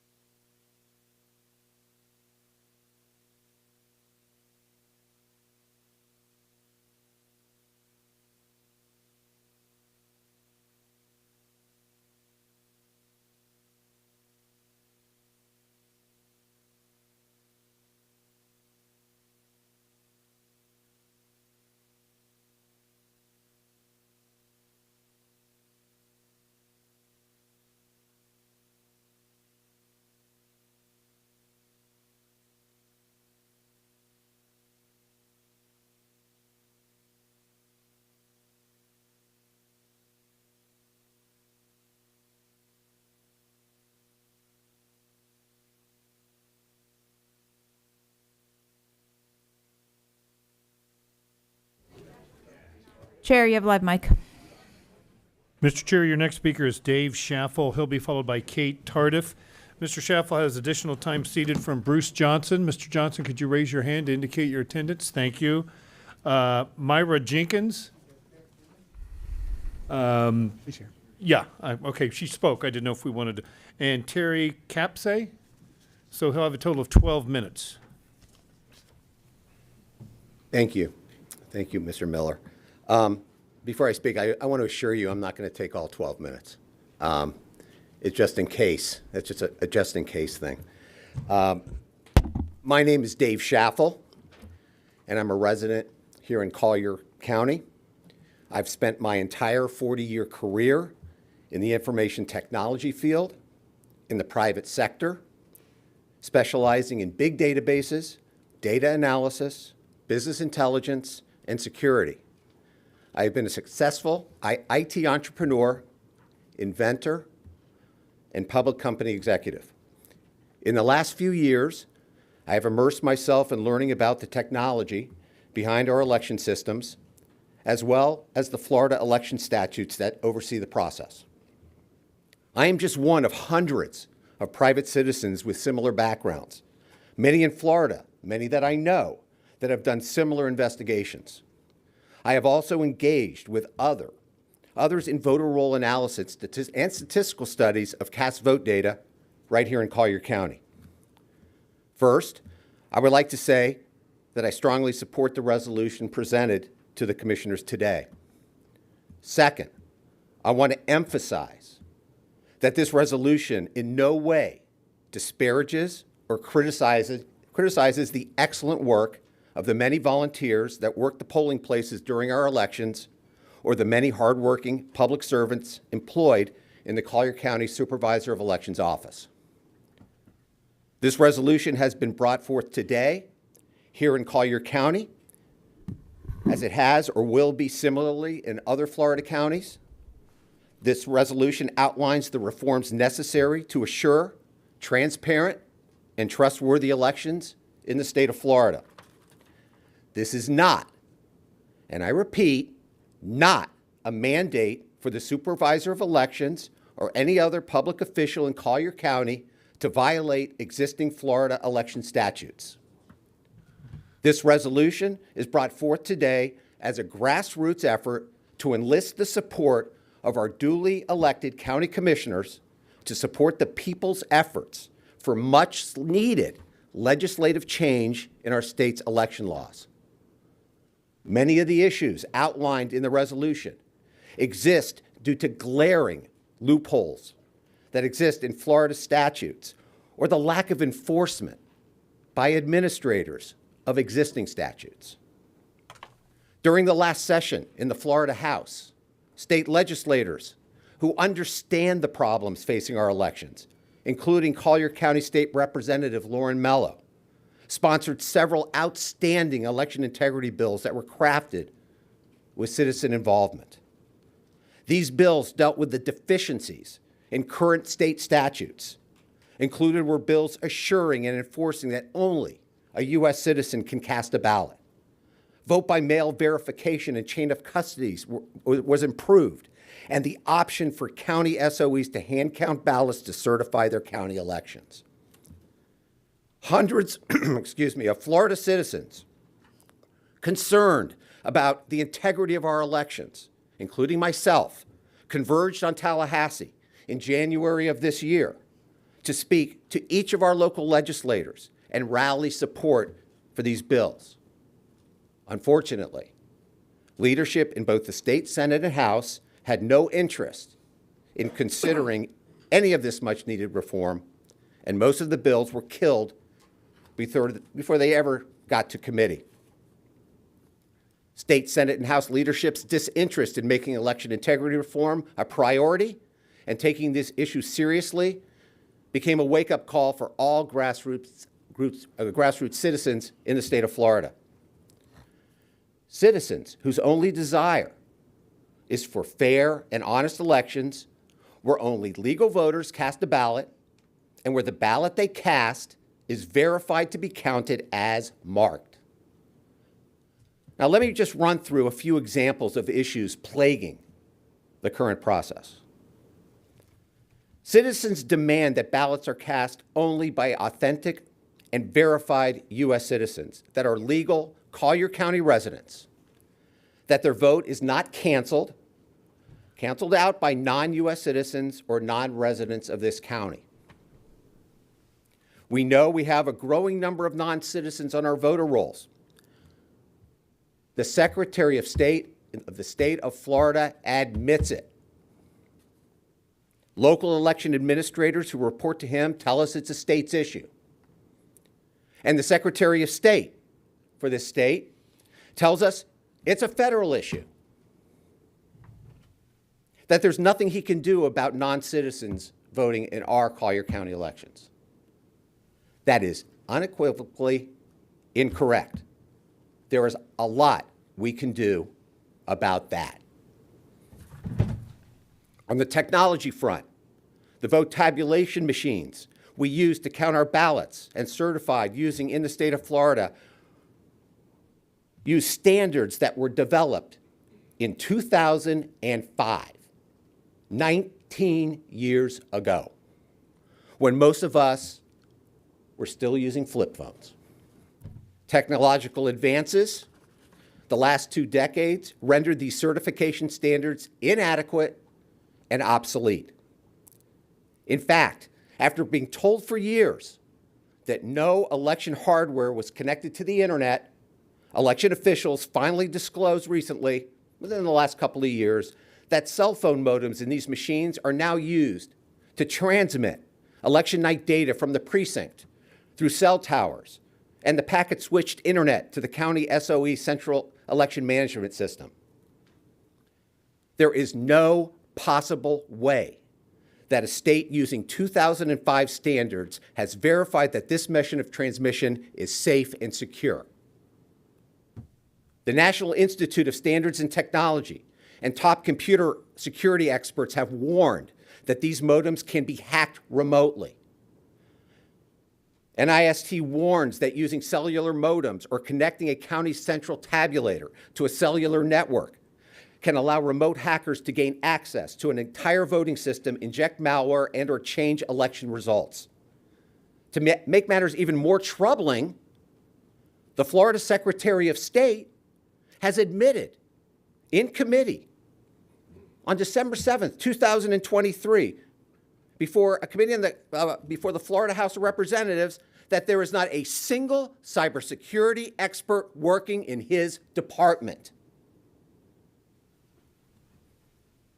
The vendor of our tabulators, ES&S, updates the software used by these machines quite frequently. This software provides the logic that transfers the votes on paper ballots to digital form. However, the source code for this software is not subject to public audit or inspection. It is entirely proprietary to the vendor and its programmers to determine how our ballots are being digitally recorded. We are told we just have to trust ES&S. In my determination, substandard state statutes regarding pre-election testing of a small number of test ballots on a small percentage of machines to the public to be used in our elections is insufficient. Likewise, statistically insignificant post-election audits are likewise unsatisfactory. I can continue with more deficiencies in our election infrastructure. We know through public inspection of public voter rolls, we know that in counties in the state of Florida, that our voter rolls have been compromised by bad actors. One example is we know an entire street in a certain county in the state of Florida, the entire street of residences was flipped to another address. And then 2 months later, flipped back to the original address. Why? Likely to create undeliverable mail. I can go on and on and on, but I only have a certain amount of time here. And I will tell you, as a technologist, and you can talk to any technologist worth his salt, that will tell you when it comes to our elections, giving our current statutes and our current lack of certification and transparency, that less technology would be the best. Technology is a problem. This resolution is presented as a grassroots effort and movement and a wake-up call to our state legislators, as well to our Secretary of State and our public administrators, that we have had enough of their sitting around and doing nothing. The people ask you, as we have faith the commissioners of the other 66 Florida counties will be asked to do, to vote yes to this resolution. Only then will Florida legislators take notice and have no other choice but to take action. The future of our country, the future of our state, and the future of the country depend on assuring that we, the people, have free and fair elections where the will of the people is assured. Thank you. Mr. Chairman, can I ask just a couple quick questions? Pardon me. I have a couple concerns with this, but one of the concerns I had is when I first read over this, my concern was that this was in some way an attempt to, using one of your words, disparage. I thought this may be an attempt to disparage our elections officials, our elections here in Collier County, our supervisor of elections, Ms. Blazier. I thought that this was somewhat of an attack there, but you opened up with, and correct me if I'm wrong, that in no way is this disparaging of our elections or of our elections professionals or the elections we've conducted in Collier County. So you're satisfied with the way our elections are conducted here in Collier County? Yes, I think the elections in Collier County are run smoothly. So we're talking about other counties. No, or the state as well as other states. What I will tell you is that there is lots of things happening behind the scenes with technology. Historically, our SOEs have been administrators. This has been the case in Collier County and other counties throughout Florida. Most of these people are administrators. They're not technologists. They trust what's going on behind them. It's as if there's a curtain and they do not care to listen to other opinions about what is going on from experts on what's going on behind them. That they take the word of election machine companies and the politicians who are supported by those machine companies. Okay? That is the fact. This is not a disparagement. They are doing their jobs in that office, and they do a great job of running the election according to statute. And I want to make it absolutely clear that that is the case. Okay. Thank you. I just wanted to clarify. Absolutely. Thank you. Your next speaker is Katie Tardiff. She'll be followed by Diane Preston Moore.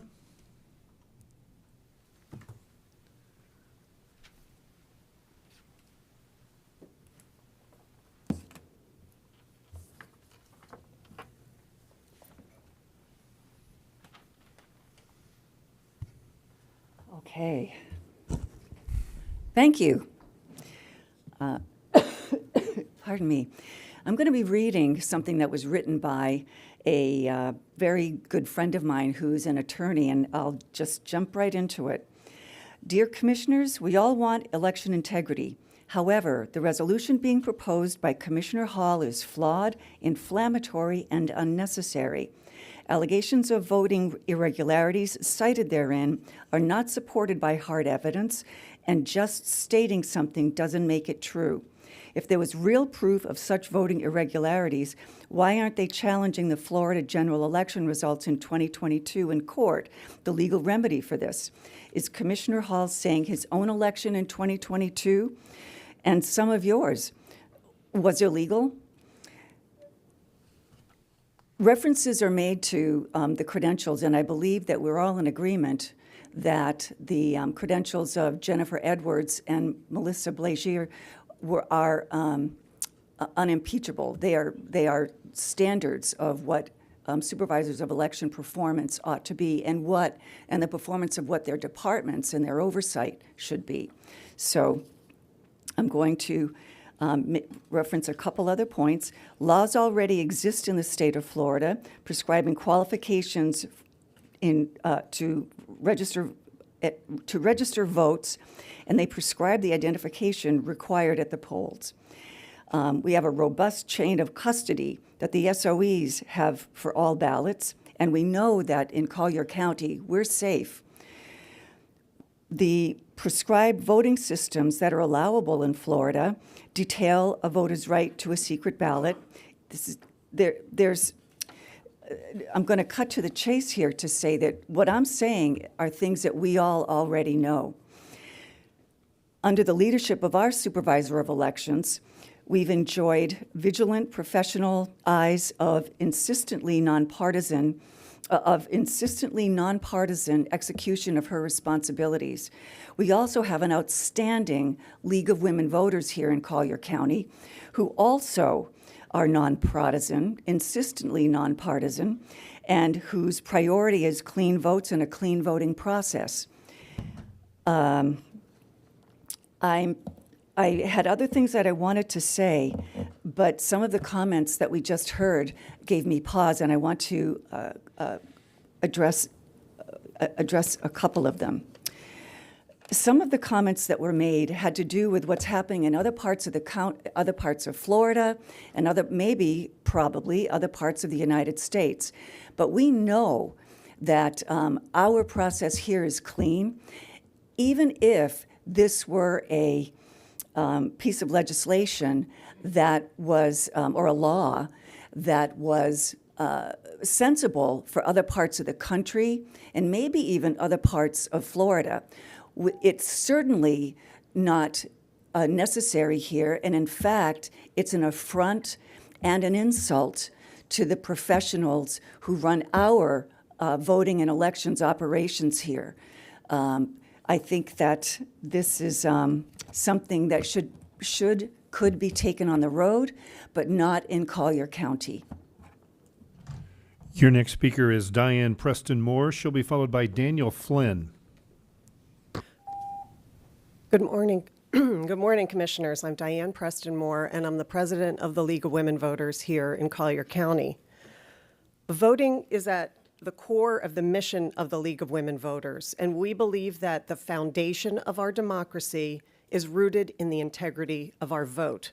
We support free and fair elections that are administered in accordance with the law. If one were to read only the title of the resolution, it would be difficult not to agree with the proposal. After all, who wouldn't want a legally valid election? But the title belies the effect of the resolution. Ironically, the title suggests that the resolution would fix our purportedly broken elections process and make elections valid.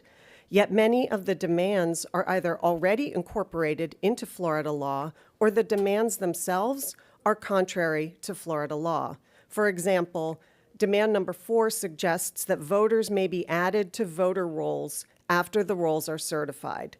This demand is inconsistent with Florida Statute 97.055, and that section specifies the date for closing voter registration books and provides only limited exceptions for changes to the books once that date has passed. Adding voters after closing dates are not allowed. The League supports good governance. This commission's focus is local. It's on our county. This resolution is focused on state law. This is the wrong venue to bring this up. Further, this commission's strategic plan commits to responsible governance through data-driven decision-making. The resolution makes claims of massive inaccuracies and election laws violations in Florida's 2022 general election. Nowhere in this resolution are those claims supported by evidence. Saying that something is so does not make it so. The lack of data is troubling. When the League has a question about how elections are run, we ask the experts. we ask our local supervisor of elections office. Each election day and during canvassing board meetings, which commissioners are a part of that canvassing board, the League has observed firsthand the work that our supervisor of elections office has done and continues to do to ensure the integrity of our elections in Collier County. We support the supervisor of elections' focus on following the law in local elections. The demands included in the resolution do not follow the law and are not based on evidence. And so the League respectfully asks that you do not support this resolution. Thank you. Your next speaker is Daniel Flynn. He'll be followed by Karen Flynn. Okay, thank you very much. Your next speaker is Cynthia Cromwell. She'll be followed by Amy Perwin.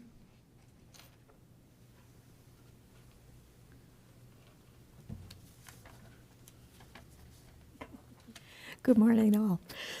I Cynthia? appear today as a resident. Cynthia, you can adjust the microphone to fit Okay. you. There you go. Is You that don't- better? You don't have to stand on your tippy toes. Okay, thank you. Thank you. I'm a 12-year resident of Collier County and a regular voter. I've met many of you personally. I take my responsibility very seriously by learning about each of the candidates and to understand the voting system in Collier County. Not only have I always voted, I have served as a poll worker.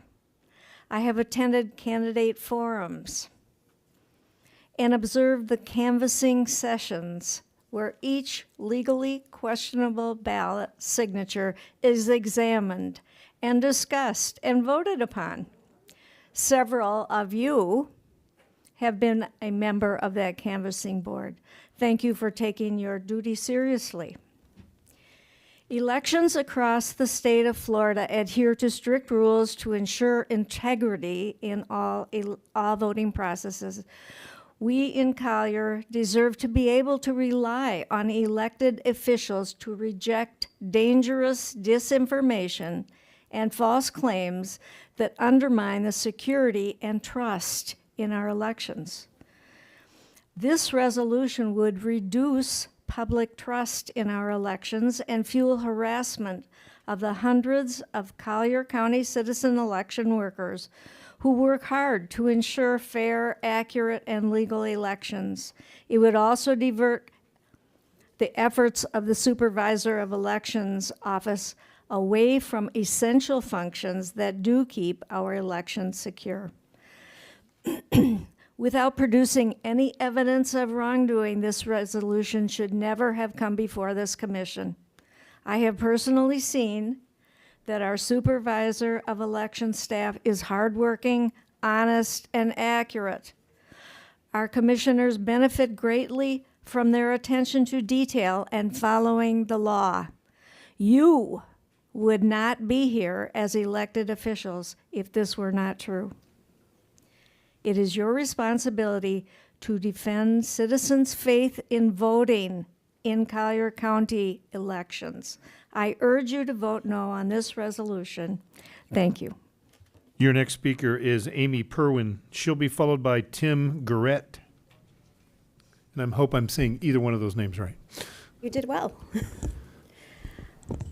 Like many in this room, I take the civic duty of voting seriously. This upcoming election is the first time I will have 5 registered voters in my household. All are looking forward to voting in a free, fair, and accessible election. The resolution states that an open source audit of the 2022 Florida election by Florida state citizens found, quote, massive inaccuracies, unquote. There are issues with this unsubstantiated conclusory statement. First, who are the Florida state citizens? I wasn't able to locate any group by that name. If they are just regular citizens, what are their credentials and expertise? Second, there is a significant problem with the data because the methodology is not described and the sources are not properly cited. This makes it impossible to verify the numbers. Even our CCPS students know they need to clearly describe their research methods and accurately cite their sources. Further, Only state-level data are presented. It is rather curious that no data are presented for Collier County. Why should Collier County address a problem that has not been documented as even existing? It should be noted that the text of the first 2 pages of the resolution are almost identical to a New York resolution from the United Sovereign Americans website. Replace New York with Florida, and the whereas paragraphs of the document are the same. Do we really have the exact same problems as New York? The 11 requests in this resolution show a lack of understanding and/or attention to current Florida election law. But perhaps most concerning is that the resolution asserts that the 2022 general election appears to have been invalid. This is the election that resulted in Commissioners Hall and Cowell being on the dais today. If Commissioners Hall and Cowell were fraudulently elected in 2022, they should not have been seated as commissioners. Not only is this resolution being improvidently put forth by a potentially invalid commissioner, it questions the legitimacy of the board and any of the 2022 elections. Pushing this narrative of invalid elections undermines the public's confidence in elections and detracts from the work that is of actual importance to this county. Our tax dollars should be spent on problems that actually impact Collier residents rather than chasing a problem that does not exist. Thank you. Your next speaker is Tim Garrett. He'll be followed by Melanie Wicker. Tim Jarrett, longtime citizen and candidate for Collier County Commission. Good afternoon, Chairman Hall, commissioners. Thank you for the opportunity to speak. First off, Chairman Hall, I want to commend you for bringing this resolution to the forefront and discussion, very important. Again, I think we're really on the focus of how can we improve elections? How can we make things better? I think going into a situation where things are status quo and everything is fine is never a good position no matter what business you're in. Let's try to improve on things. It shows that your dedication, Commissioner Hall and the commissioners of secure, ethical elections in Collier County. I want to let you know that I support a resolution that is seeking to improve our elections here in Collier County and send a message to Tallahassee that we are proactively seeking ways here in Collier County to improve our elections. As a candidate for Collier County Supervisor of Elections, I want to ensure you and the board and our community that I will always be working hard to make sure our elections here in Collier County are safe, secure, and ethical.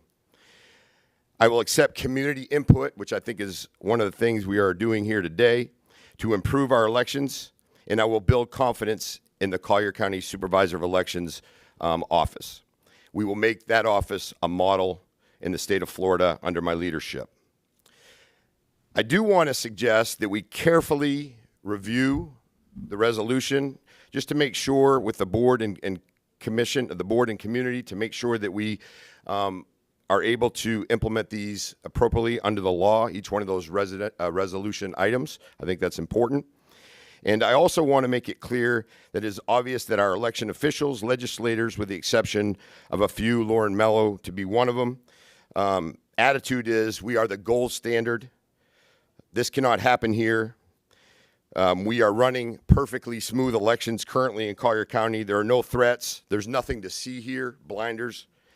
This is unacceptable. So I welcome the resolution and the ongoing commitment to improvement to our elections, both locally and nationally. I will always listen to the community, which we are doing here today, and I will always make sure, and I encourage all of you, and it's a great opportunity today to listen to different things that can improve on our elections. Again, once again, thank you so much for your time and consideration, and I appreciate you listening to the concerns of all members and people here in Collier County. Thank you. Your next speaker is Melanie Wicker. She'll be followed by Vincent Keys. Hello, my name is Melanie Wicker. I'm a full-time resident of Collier County. When I looked at this document, I looked at the fine print on the last page. It says this work is licensed to United Sovereign Americans. So I Googled United Sovereign Americans, and I found out a lot. Who are these people and what do they believe? The Anti-Defamation League characterizes them as, quote, a large anti-government extremist movement. Sovereign citizens are known for their abstruse pseudo-legal arguments. They engage in a large amount of criminal activity. Sovereign citizens in recent years have been able to grow their movement by appealing to new audiences, including anti-vaxxers, QAnon adherents, and MAGA supporters. They also have quite a few of their former members who have been accused of a wide range of crimes, many of whom are now spending time in jail. The Southern Poverty Law Center, which tracks racist and terrorist groups in this country, describes sovereign citizens as follows, quote, sovereign citizens believe they are not under the jurisdiction of the federal government and consider themselves exempt from U.S. law. They use a variety of conspiracy theories and falsehoods to justify their beliefs and their activities, some of which are illegal and violent, unquote.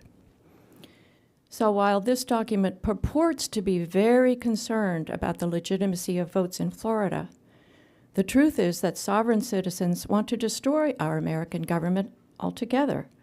And what better way to do that than to instill doubt in people's minds about the legitimacy of their vote? In other words, what this appears to be on the face of it is in fact the opposite of what it's intended to do. And these are the people you are courting. These are the ideas Commissioner Hall wants your rubber stamp on. While the ultimate anti-democracy candidate sits in his criminal trial in Manhattan, you sit here in Naples staring at a document he would really love. This resolution is both a sham and extremely dangerous. Do not approve it. You would be wrong to do so. Your next speaker is Vincent Keys. He will be followed by a caller on Zoom that I'm told is Supervisor of Elections Melissa Blazier. Good morning. Chairman and board members. It is a pleasure to come forward this morning. I will not question the legitimacy of your coming to this seat. You are county commissioners, duly elected by the people and for the people. Collier County has no voter irregularities. I have taken some long hours on Saturdays and during weekdays to sit on the canvassing board here in Collier County. If this was 2000, I might entertain this resolution. But here we are in 2024. Technology serves us in many ways. To make it the demon here, I don't think so. We have questioned voter information. We have looked at votes, and believe you and me, here in Collier County, we do a fantastic job.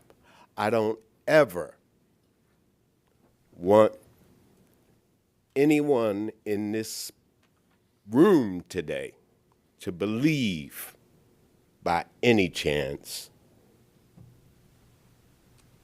that you were not legitimately elected. So, I know you have received our letter. I'm humbly submitting to you that this resolution is ridiculous, it's very costly, and it's absolutely unnecessary. So I would encourage you and urge you, please vote no against this resolution. And thank you for your time. Mr. Chair, our final registered speaker joins us on Zoom. As I said, I have a phone number. I'm told it's Melissa Blazier. Melissa, you're being prompted to unmute yourself.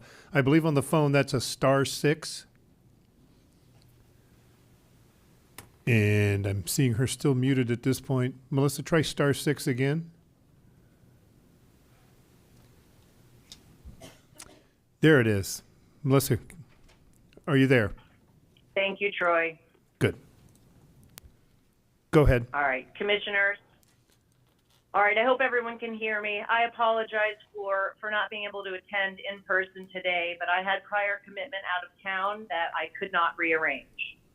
So for the record, my name is Melissa Blazier. I am the Collier County Supervisor of Elections. So as your Collier County Supervisor of Elections with over 18 years of election administration experience, I find this proposed resolution to be deeply flawed and highly unnecessary. The majority of the requests within this resolution, as I described to you all by email, are in direct violation of existing Florida law. As election officials in Florida, my staff and I take an oath of office to uphold both the U.S. and Florida Constitution and to implement Florida election laws. That's the role of a constitutional officer, my role, to uphold the Constitution and laws specific to my function. That's exactly what we have done in Collier County and what we'll continue to do. And I know that this has been said, but our governor, Governor DeSantis, he says it the best, and he's consistently said it. Florida is the gold standard for election administration. Collier County is a leader in the state for conducting excellent elections. We have and continue to ensure the integrity of our electoral process, and I urge you today to reject this resolution, which will further erode confidence in the conduct of honest, fair, accurate, and transparent elections. And with that, if you have any questions of me, I would be happy to answer them. And that's all the speakers we have, sir. Great, thanks. One of the hardest things I've ever done is sit here for 45 minutes and listen to things that don't even apply to what this applies to. We are not talking about our local supervisor of elections. We're not talking about Collier County in no way. If I was ever illegally elected, I'd resign in 3 seconds. So I just want to make it very, very clear. This resolution has nothing to do with our local supervisor of elections, our local integrity. It has to do with the people it's a grassroots effort. It's a movement to begin here and go with every county in Florida to send to our state legislators and our state Senate to let them know how important fair, accurate, and accountable elections are. That's all it is. I would agree with every single one of you wholeheartedly if this was directed at our local elections. But it's not. And I want you to just, if you have to reach way deep and use your imagination to understand what we're trying to say. We know that some of these things on here are not state law. It's the message that we want to send to legislators to get to be state law. We want fair, accurate, accountable elections. We want Florida to be, we want the fire to begin here. I'll never forget how I felt the night of the 2020 election.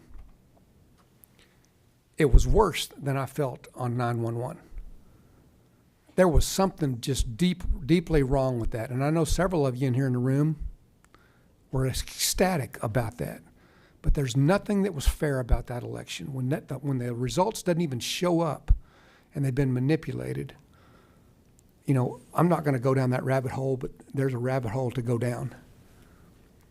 So I just want to make it very clear before we hear the other comments of my colleagues that this is not about us here in Collier County. We have a superb system, and I have utmost confidence that we were all elected fairly. However, where improvement can be, improvement is wanted. And that's the message that I send to you. Commissioner McDaniel. Thank you, Mr. Chair. I'm going to task you. I love grassroots. This resolution is not ready for prime time. It's been evidenced. There are contradictory statements in it. There's information inaccuracies. I want a resolution from the local grassroots, or I'm pointing at you, ladies. I want a resolution from our community members that abides by what we as a Board of County Commissioners can in fact do to implore to our this resolution doesn't provide for us to request our legislators for more accuracies in statute and so on and so forth. This resolution stipulates a lot of things that aren't consequential to Collier County. And so my suggestion is I certainly don't want to fix this on the fly. I do have edits that I want to, if we're going to pass anything, and I certainly hope we aren't passing anything today, I would like to continue this item. I would like for you, since you're the one that brought this up, I would like for you to grab onto it. I would like the ordinance to be adjusted to a local grassroots organization. I would like the ordinance to adhere to what we as a Board of County Commissioners can in fact do, because there's not a soul who likes the ordinance or doesn't, or resolution. I said ordinance, I misspoke, forgive me. There's not a soul in this room who doesn't want election integrity. Not a soul. And I mean, Mr. Jarrett spoke, and he was very careful about what he said, that he would support a resolution. I would support a resolution that says what we can and cannot do. This resolution, the one that's been presented today is not ready for prime time by any stretch of the imagination. So without an enormous belaborment, I would suggest we continue it. I would suggest you fix it. I would like to meet with the folks that suggested that it be brought forward, to offer up my suggestions as to amendments and edits and things that can in fact be done, and have it be specific to what we can do at Collier County level with regard to requesting our legislators to amend, adjust. Dave Chappell spoke. Chappell, I think it's Chappell. He spoke about we always want to be looking for ways to improve ourselves, and with information technology, that is evidenced on a regular basis. So that's my short answer. My motion is to continue this item and have you fix it. Good, It's short. Commissioner Castro. Thank you, Mr. Chairman. I got a few things written down here, and they might be a little bit all over the map, but they're just comments as I'm listening to folks. First, I do want to say something to you, Chairman Hall, and I mean this with no disrespect. I was unhappy in 2020, but I got to tell you, as a veteran, I could never say it was worse than 9/11. I lost so many people on 9/11 and afterwards, and so, and maybe I understand how you package the meaning you were trying to say, and so I realize you're not being disrespectful. I know you're a huge supporter of veterans, but I just want to go on the record to the fellow veterans that are here. 9/11 was horrific. Okay, nobody died in 2020. I lost hundreds of friends. I held dead people in my arms. I put American flags over caskets and loaded them on airplanes after 9/11 and well after. So I don't ask you to rescind those comments, and I say this with all the respect. So I'm not. I hope that you were You know what I you're mean. hearing this in a positive. Two things affected my emotion. Absolutely. 9/11 did, and the 2020. That's all I was. Absolutely. So I think, sometimes, as Commissioner Saunders says, words matter, and we speak up here very quickly, whether it's about domestic animal services or other things or conservation in Collier. But I just wanted to go on the record and say 9/11 was horrific. And I don't think that there's many things that, I hope will never top that. Now I'll get back to the topic. One of the things I wrote here is, what I often find disappointing in these type of meetings is when we have folks that come to the podium or send us 5,000 emails accusing us of doing something that they think is ridiculous when we haven't voted on anything yet. I mean, I'll give you an example. I can't tell you the number of emails I got from people that said, "You're so stupid. I can't believe you approved a Costco in East Naples." Costco hasn't even come here for a request. We haven't approved anything. And so words matter to the public as well. In my opinion, this is good, healthy conversation about a topic that was important to citizens, important to Commissioner Hall. We put it on the agenda, and this puts a focus and a spotlight, whether this gets approved or not, on something that I will tell you, when I speak with my constituents, and one of the things I wrote down here, there are definitely concerns by many with regard to elections, and even in Collier County, and some of that might be misinformation. I like what Mr. Keys had to say is that, hey, we think there's no problem here in Collier County. What I will tell you is I have citizens that come up to me and they're not sure if there is. And so that's when we need transparent and open, and I realize that the Supervisor of Elections office is always open for tours and different things, but I will tell you, a couple of years ago when we were getting a lot of pushback from citizens who had concerns about the lack of detail they were hearing from our Collier County Supervisor of Elections office. It's great to just say, we're the gold standard, the governor loves us, but they had specific things that they wanted actual answers to. We, as a body, invited the former Supervisor of Elections here, Jennifer Edwards, and within minutes after receiving our email, not only did she decline it, but she declined it strongly, basically saying, if you've got a question, come to my office, which was very disappointing because when we have questions for our sheriff, who's also a constitutional officer, Sheriff Rambosk is here and sometimes sits for hours to answer a 2-minute question. So I personally was very disappointed that I want to be able to get back to my constituents and say, listen, I spoke directly to the Supervisor of Elections. She came here and made a presentation. I appreciate Ms. Blazer, being on the phone and giving us, her view of confidence of the Supervisor of Elections office. I looked closely at this resolution, and there's a difference between a nice to have and a must have. And so we've approved resolutions in here before that I felt strongly about. I'm a concerned citizen, I'm a patriot, a veteran, a strong conservative. I represent all citizens regardless of political party. I've said before to some people who have run for office, you need to stop calling citizens voters after the election, because when the election's over, they're not voters, they're citizens. And whether they voted for you or not, you represent them. And I take that very seriously. But when I look at this resolution, I guess the positive is it's brought focus on something that there are people, even in Collier County, that have concerns. I just don't know if the way that it's written accomplishes what we want. Like when we want to send a message to the state that even if everything's the gold standard in Collier County, we still want to make sure at the state level or even beyond that Collier County's got a spotlight on this issue. But much like what Commissioner McDaniel said, the prior ordinances that we had, the Bill of Rights ordinance, gosh, we all met with so many people in our office, plus and minus. We just didn't get 800 cut and paste emails. So I'd be wide open. I'm a full-time county commissioner. Get on my calendar any day of the week, and I'd love to hear more from both sides and not do a knee-jerk, here.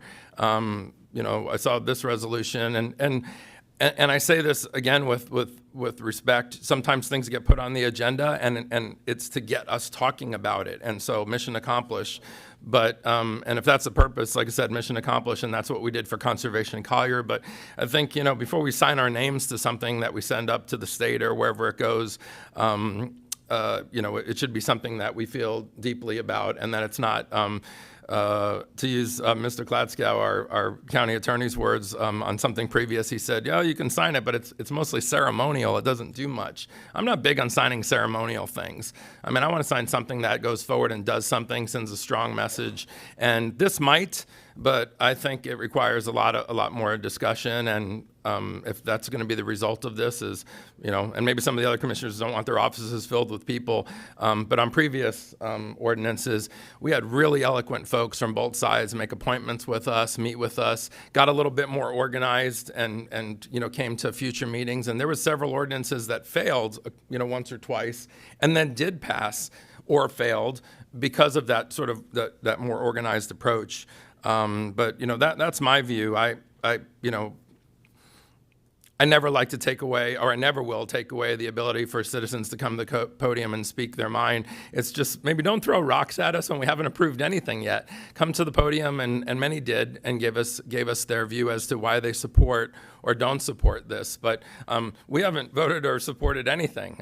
I want to hear, and that's what I'm looking for if this is tabled, is mature professional conversations. I mean, I appreciate the lady reading something from Google, but I can tell you we can go to the website of that organization and they'll say they're amazing and unbelievable and they've saved the world. And so you can always find two sides. Google me and you'll find out all kinds of really bad stuff, and then you'll find out, all kinds of other things. I'd like to talk on a more a higher level of professionalism and information from both sides. So I welcome that, and I wouldn't be comfortable voting on this and with the information that I have now, and especially with the specificity of how this is worded. I don't want to edit it on the fly either.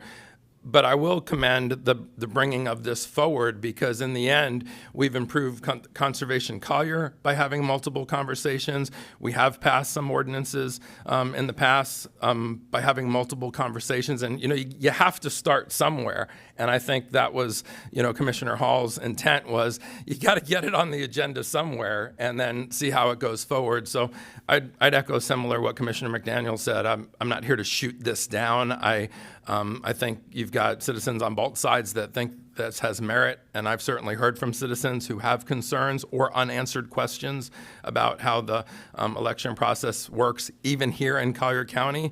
And as we've heard, there's ways to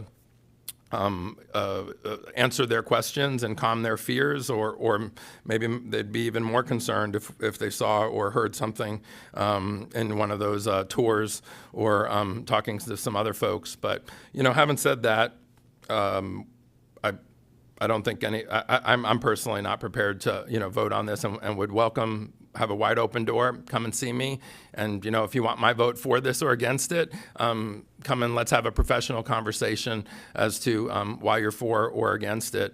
I'm not looking to just send something to the state for ceremonial reasons or just to sort of prove a point. But I do agree that I have questions, about how the elections work in our county, in our state, and in the nation.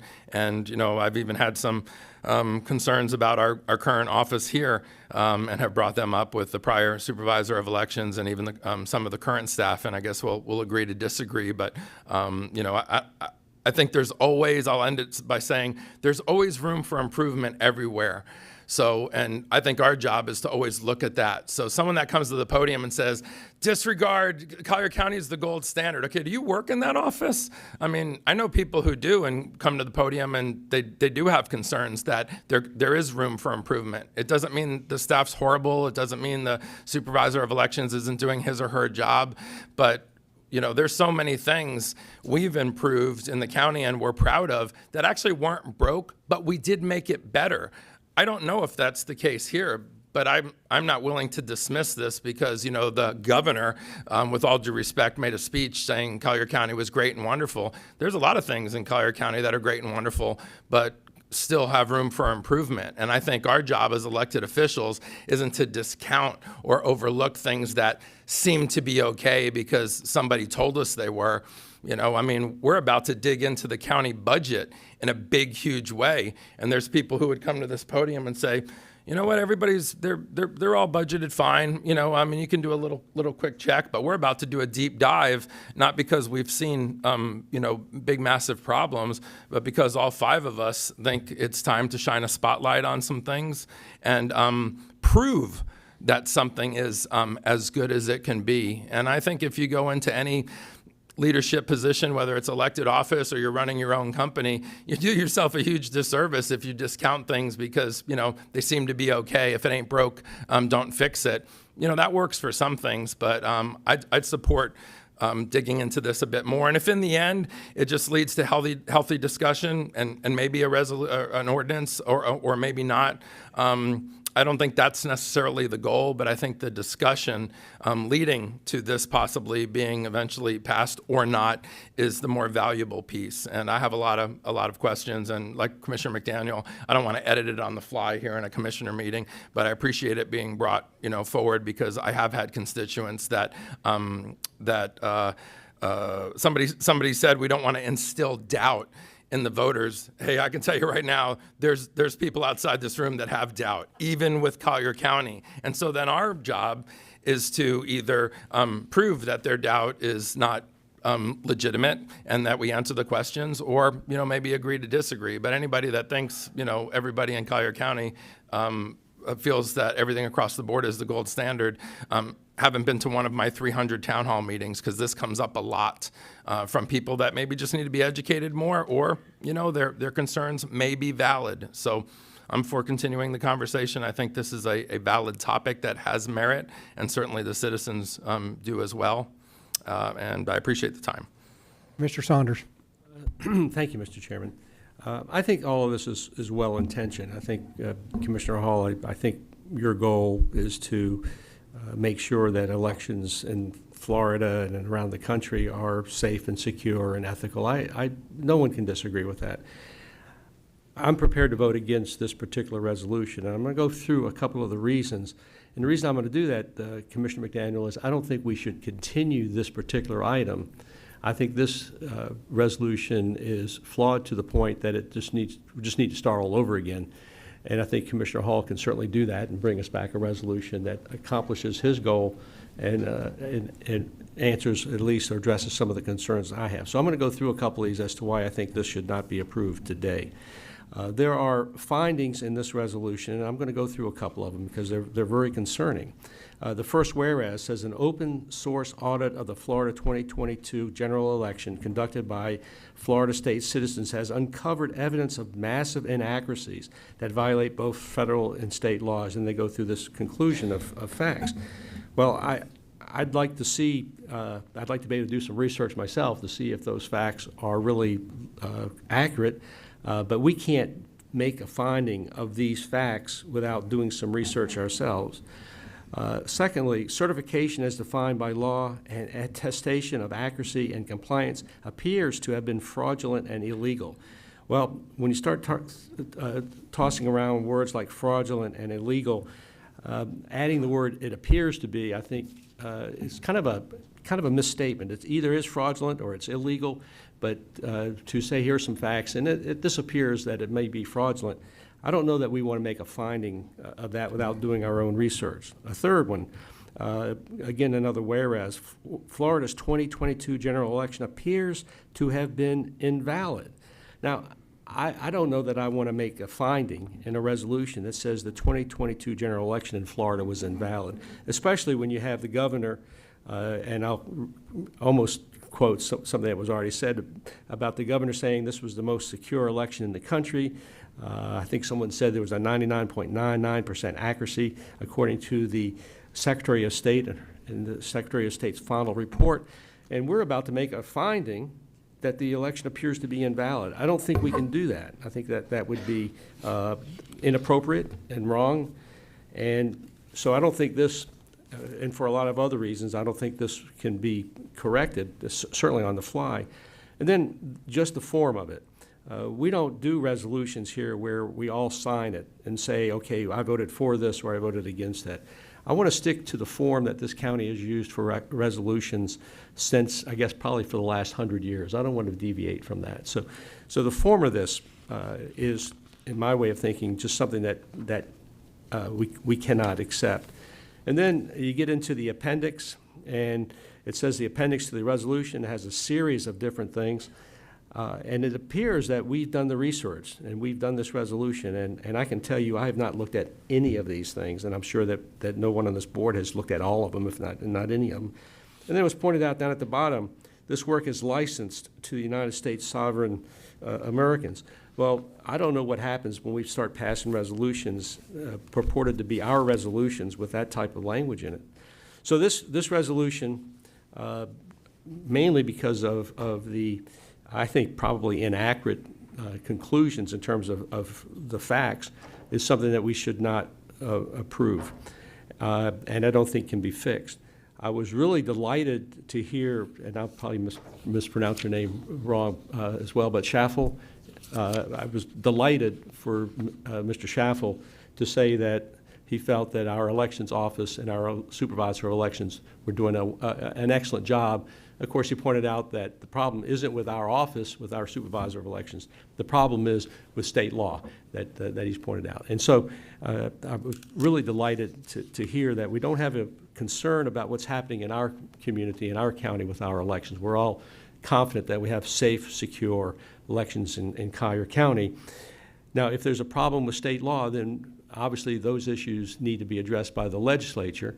And I certainly would support a letter or even a resolution if we can point out some specific problems with state law that we want our delegation to improve upon.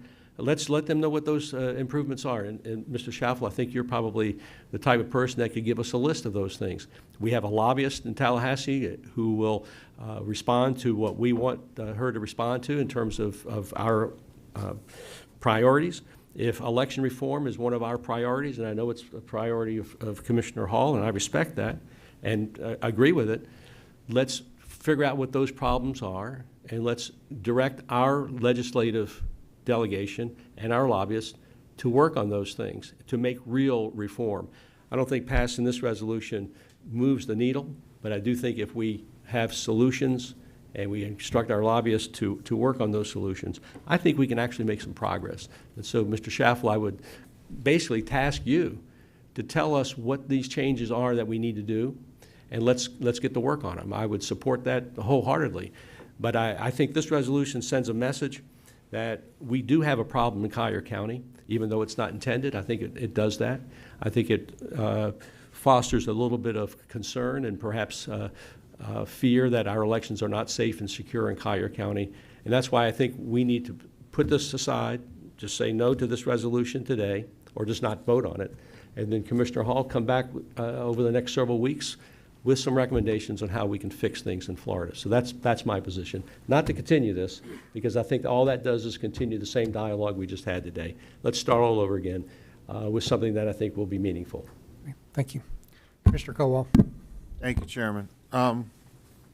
Listen, I think we all want, legal, valid elections moving forward. We all understand that. I think we're all on board. I mean, that's just the American way. We want to make sure our vote counts. That's our right as citizens of the United States of America. And that being said, I got this probably Thursday night. I didn't realize it was on the agenda until Thursday, and I tried to do a quick dive into it, and I misunderstood where it came from, and then I got some clarity just a day or two ago where it came from. So I just started to do a quick research on my own, and believe it or not, I found the same exact. I think the one lady up here was speaking that I found the similar, almost verbatim document, at least a portion of it, from an organization out of New York, and to me it just sent up a kind of like a light. Like, wait a second, I don't take my marching orders, definitely not from anybody from New York, or California. Definitely. So it just made me think a little bit more about it. And listen, there's some good things in here, and there's some things in here that, I would almost have to violate my oath to office, because I raised my right hand to uphold the United States Constitution and the Constitution of the state of Florida. And we know our government and our forefathers designed our government to have checks and balances. We have different branches of government that do certain things, and just for that reason. Our Constitution says our legislators will enact and pass laws in your state on how your elections are run and handled. Then there's a constitutional officer elected, which is a supervisor of elections, to carry out those laws and those procedures that are passed down from the legislators. You know, we're county commissioners. We do carry our constituents here in Collier County, their voices and their concerns. And by no means, Collier County is perfect in their elections. I've personally had friends call me up and say, I just got a ballot mailed to my house from the guy that used to own the house 10 years ago. You know, those things do happen, and they even happen here in Collier County. I got the rolls when I was out knocking on doors, 2,000, 2,800 doors in August and July, campaigning, and I got the doors where the people were deceased already or didn't live there anymore. You know, so there is inconsistencies, and there are things that need to be cleaned up. But I kind of agree with a few of my colleagues up here that I don't want to put my name to something that is like a generic cookie cutter resolution that's might be passed around, because I even researched the organization as quickly as I could, and I think they, similar to something in Illinois, this organization presented something to a county there. Not so much, I don't think, in a resolution, but more or less public speaking. I don't think there has been any resolution presented in any 67 counties in the state of Florida other than this one so far from this organization. And I do want to clarify, and the young lady at the podium kept talking about sovereign citizens.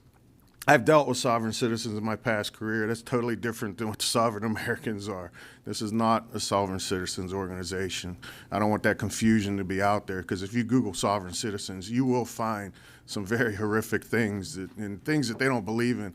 They don't believe in driver's licenses. They don't believe, they call themselves travelers. There's a lot of things out there that they do that don't, you know, that aren't typically rights. They're privileges that we do, we all, you know, enjoy here in this country. So, yeah, if I'm gonna put my name to something, I want it to be something that has some teeth to it and something that's particular that our legislators can take and carry to Tallahassee and make some improvements, needed improvements that I think, you know, we definitely need everywhere in the state of Florida. Now I have to commend our governor, because I think he did some things no other governor I've ever seen in my lifetime, where he actually started a task force. He removed the supervisor elections in Broward County the minute he got into office from what she was doing there and the things they investigated and found out. They've made a multitude of arrests already in the state of Florida for voter fraud. I think he's trying to do his part. And in reality, if you say the 2022 elections invalid, he's not our governor, because he got elected that same year too, overwhelmingly in the state of Florida. So, I mean, probably the biggest margin ever for a governor in the state of Florida. So, you know, with that being said, I would love to have something before me that we can definitely dissect and say, yeah, these are meaningful things that I think need to be changed, and we could carry that voice to Tallahassee with our signatures on it and say, you know, let's go on from there. But I don't know if just, you know, face value, I haven't had enough time to really research a lot of things in here myself.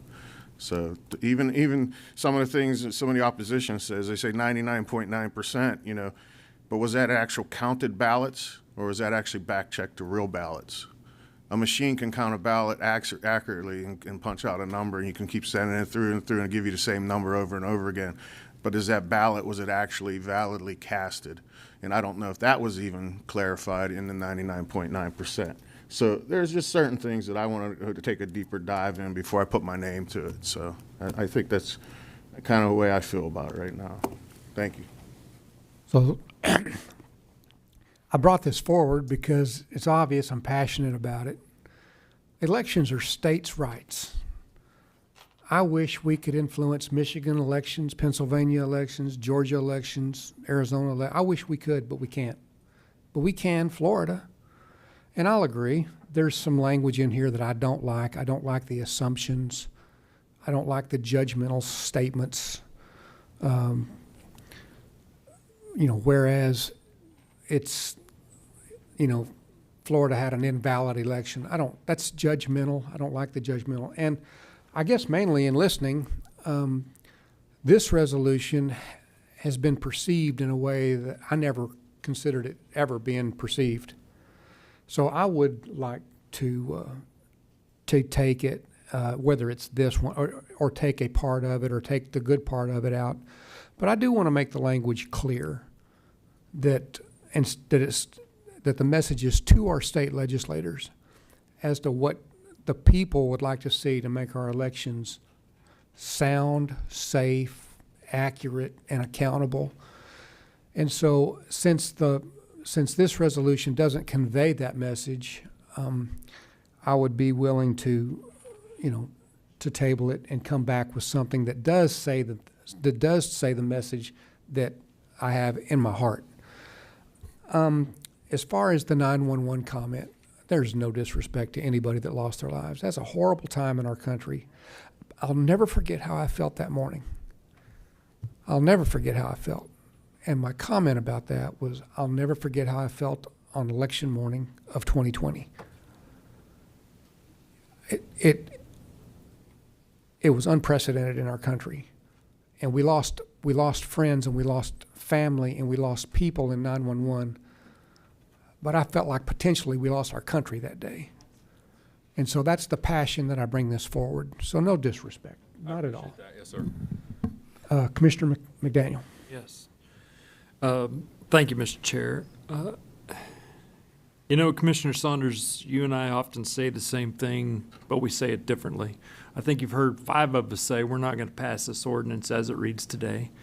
But on the same token, I don't want to deny, I'm not voting for this ordinance as it's printed. I wish to continue it. I gave direction in my motion for continuance for Commissioner Hall, who lit it up, to fix it, and it needs to be fixed. I don't disagree that the discussion is there. I would like to ask those that are in opposition of the ordinance to give a little grace to Commissioner Hall. Sometimes as commissioners, you get to do things that you're not necessarily driving the bus on. You have to do it because you're a commissioner. If anybody's received a code enforcement complaint from me, it's not because I drove by your house because you were doing something illegal. It's because one of your neighbors has concerns about what you're doing and having too many campers in the backyard. So sometimes we get to do things. My suggestion is continue this item, bring it back. I want it from a local grassroots organization. That's something that I can support. I want it to be specific with regard to issues that are existent within Collier County that we can in fact appeal to our legislators on for improvement across the board. I want it to be obviously all of the things that Commissioner saw. I have a litany of repairs to this that I've gone through. I didn't do any of the research, as Commissioner Kowal stated. I'm not going to do the research on something like this from an organization that's outside of our community. They don't have the time or energy or inclination. I want something from our folks that are here that have due concern with regard to what's in fact going on. So having said that, my motion still stands to continue the item and give direction to Commissioner Hall to fix it. Commissioner LaCastro. What's the slight difference between continuing it and, as Commissioner Saunders was saying, we elect to not vote on it? Same, or is there a slight nuance? There's a slight nuance. Yeah. Commissioner Saunders would have the board reject this proposed resolution. We could always come back at another meeting in a different form. I'm not suggesting that you necessarily have to reject this. Right. We don't have to vote on this. Yeah. If you just want to just let it go away. But I will tell you, I can't vote to continue this document for the reasons that I said. But I will support an effort to draft a new resolution. Sometimes you have to start over from scratch. I think trying to take this document and fix it is going to drive you crazy. But I think if you've got a mission, which is to fix election laws in Florida, let's do a resolution that deals with election laws in Florida. We don't need all of this stuff that's in here to do that. And that's why I would vote against a motion to continue. I would also vote against a motion to table because that has certain legal significance. I would support just letting this go away today. We don't have to vote on it. If we do vote on it, I'll vote against it. But let's have Commissioner Hall come back with a new resolution. This is not an ordinance that's been advertised, it's just simply a resolution. I always like the idea, I think I still got the floor. I always like the idea that when we have this type of healthy discussion, that we elect to not vote on it, because the minute we vote against this, the front page is, commissioners hated it, commissioners, that thing, or yay, citizens won, commissioners all were made fools out of. This isn't ready for prime time, and we have the opportunity to sit here and say, I'm not voting for or against. I'm not voting on this at all. It was brought to our attention. A spotlight was put on it. We have varying questions here, and so I don't want to write the narrative that we'll see an hour from now on social media, which would totally not capture the intent of what happened here. But people will write 10 pages on it who weren't even at this meeting or even watched it on TV, but got an email from somebody that said, "You won't believe what those stupid commissioners did." So my proposal would be, I'm not voting on this. And lastly, to maybe end it on a little bit of a lighthearted note, when Senator Bert Saunders, former senator and now county commissioner, said 100 years ago there was a template for the resolution that's always been used, he actually was in this room and on parchment paper with a quill pen came up with that template. So he would know. He would know. But anyway, that's my stance. I always feel better when we have this kind of discussion and we decide that if it's not ready for pride time, we don't vote on it. We don't try to send some sort of signal that I vote for or against. There's nothing to, in my opinion, there's nothing to vote on. We had healthy discussion. We've given direction. Commissioner Hall has said everything I wanted to hear, which is, I'll lead the charge, and we've given homework assignments to some people out here. Our doors are wide open, and I think mission accomplished. So that would be my stance. Just one quick response. I'll withdraw my motion to continue. I like the idea of not voting on it for now. I do want to reiterate that I'd be willing to meet with anybody that wants to talk about it, wants to go through these items. I do have a question for the county attorney as far as communications amongst us. We're not allowed to even barely say hello to one another outside of these chambers when Terry's sitting down there writing down all my misspoken words and the TV's on. How do we get our communications to Commissioner Hall with regard to suggestions and edits? I think you could, each commission individually contact the county manager with what the thoughts are, and the That'd county be manager fine. can coordinate. And that clarifies a path for those of interest that have suggestions and things to go forth and persevere. So I'm good with that. I just want to echo that my door is always open to, and I really want to learn and educate myself more on this subject so we can move forward. Except for when he leaves at night. He closes it when he leaves. I do close the door when I leave at night because you guys go in there and take my stuff. I think I can add to that obviously we all want to have as much public input as possible, and so my door is always open as well. I'm not always there, but my door is always open. Dave and Pam, do y'all hear our heart? Do you get, okay, good. As long as y'all understand, we'll not vote on this. We'll take everybody, if you can just give the county manager what you would like to see, and we'll make the message clear and talk about this again. Everybody happy? Me too, it's lunchtime. So with that, let's take a lunch break. We'll be back at 1 o'clock. Shouldn't